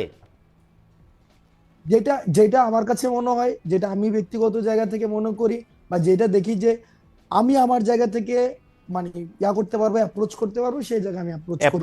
মানে এটা আপনি আপনার অ্যাসাইনমেন্ট দেন তাই তো হাসনাত? আমি আমাকে অ্যাসাইনমেন্ট দেই, Okay. যেভাবে 5 আগস্টের আগে অ্যাসাইনমেন্ট 5 আগস্টের আগে অ্যাসাইনমেন্ট দিয়েছেন তো অ্যাসাইনমেন্ট দিয়েছি, এইভাবে অ্যাসাইনমেন্ট দিয়েছি। তাহলে এইটা আপনি সময় টেলিভিশনেরটা হচ্ছে আপনার ওয়ান অফ ঘটনা, মানে এরকম আর যদি ভবিষ্যতে হয় ওয়ান অফ দ্য ঘটনা।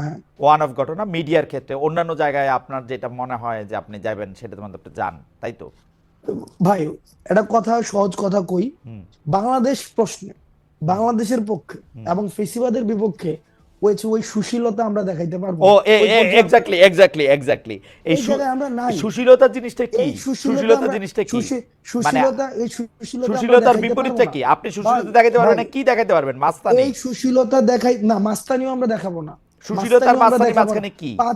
5 আগস্টের পূর্বে যেটা বাংলাদেশের প্রশ্নে যেটা হওয়া উচিত আমরা সেইটাই আমরা দেখাবো। বাংলাদেশের প্রশ্নে বাংলাদেশের প্রশ্নে যেটা হওয়া উচিত, আমরা বলছি কি ফেসিবাদকে যারা এনাবেল করেছে, ফেসিবাদকে যারা হচ্ছে পুরো সময় ধরে ধরেন জনাব আব্দুল্লাহ, আপনি আমার অনেক প্রিয়, সবচেয়ে প্রিয়দের মধ্যেই একজন, কিন্তু ধরেন আপনার মনে হওয়া আর আমার মনে হওয়া আলাদা, তাহলে কোনটা স্ট্যান্ড করবে?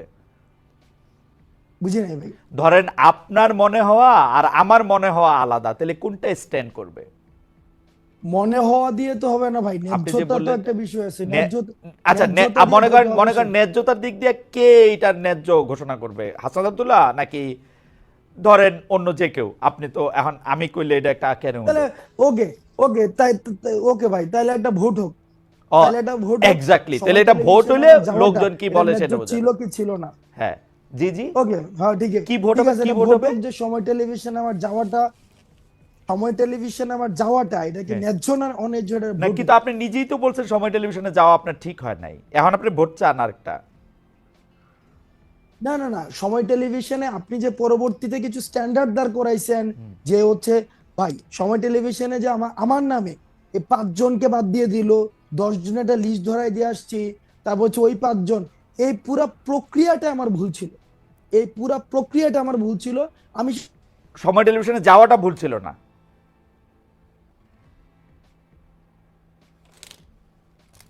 এই বিষয়গুলোকে যদি আপনি পুরাটাকে খারিজ করে দেন, ওইটার পক্ষে আমি না ভাই।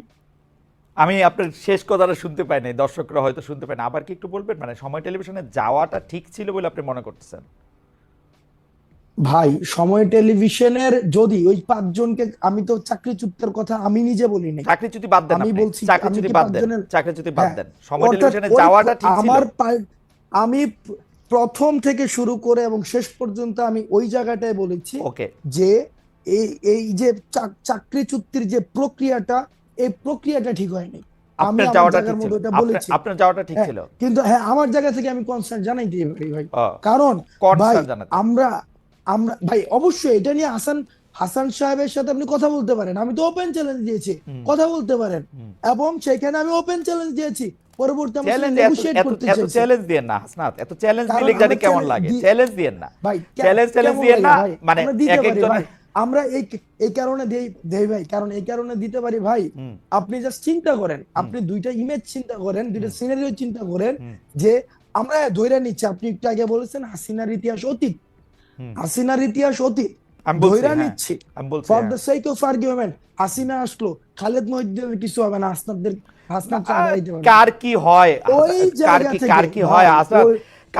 হাসনাত, এটা বলা খুব মুশকিল। আরেকটা কথা আমি আপনাকে বলি, এইটা আমি আপনাকে বলি, শেখ হাসিনার বিরুদ্ধে বাংলাদেশে মানুষ যে অবস্থানে ছিল, শেখ হাসিনা চলে যাওয়ার পরে বাংলাদেশে আমরা নানা রকম অবস্থা দেখতে পাচ্ছি। শেখ হাসিনা যদি আবার একটা বাস্তব অপোনেন্ট হয়, আপনি বাংলাদেশের সব মানুষকে আবার আপনার সাথেই দেখবেন, এতে আপনি সন্দেহ রাখেন না। এটা আমরা ক্ষুদ্র ব্যক্তি হইতে পারি, কিন্তু আমরা কোনোদিন এই রিইনস্টেশন বাংলাদেশে এত, মানে আমি এটা চিন্তা করতে পারি না। এটা আমার এইটা আমার ফোরসিয়েবল ইয়াতে আমার এটা চিন্তার মধ্যে আসে না। কিন্তু পাশাপাশি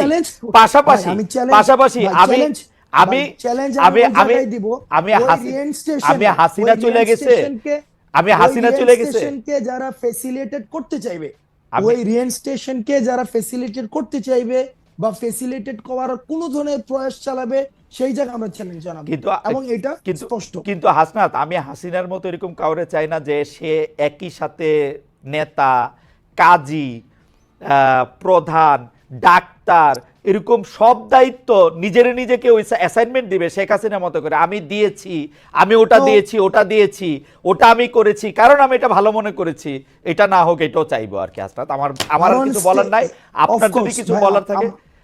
মানে আমি আর এই ছোট ছোট হাসিনা চাই না। আমি I have enough of Hasina in my life.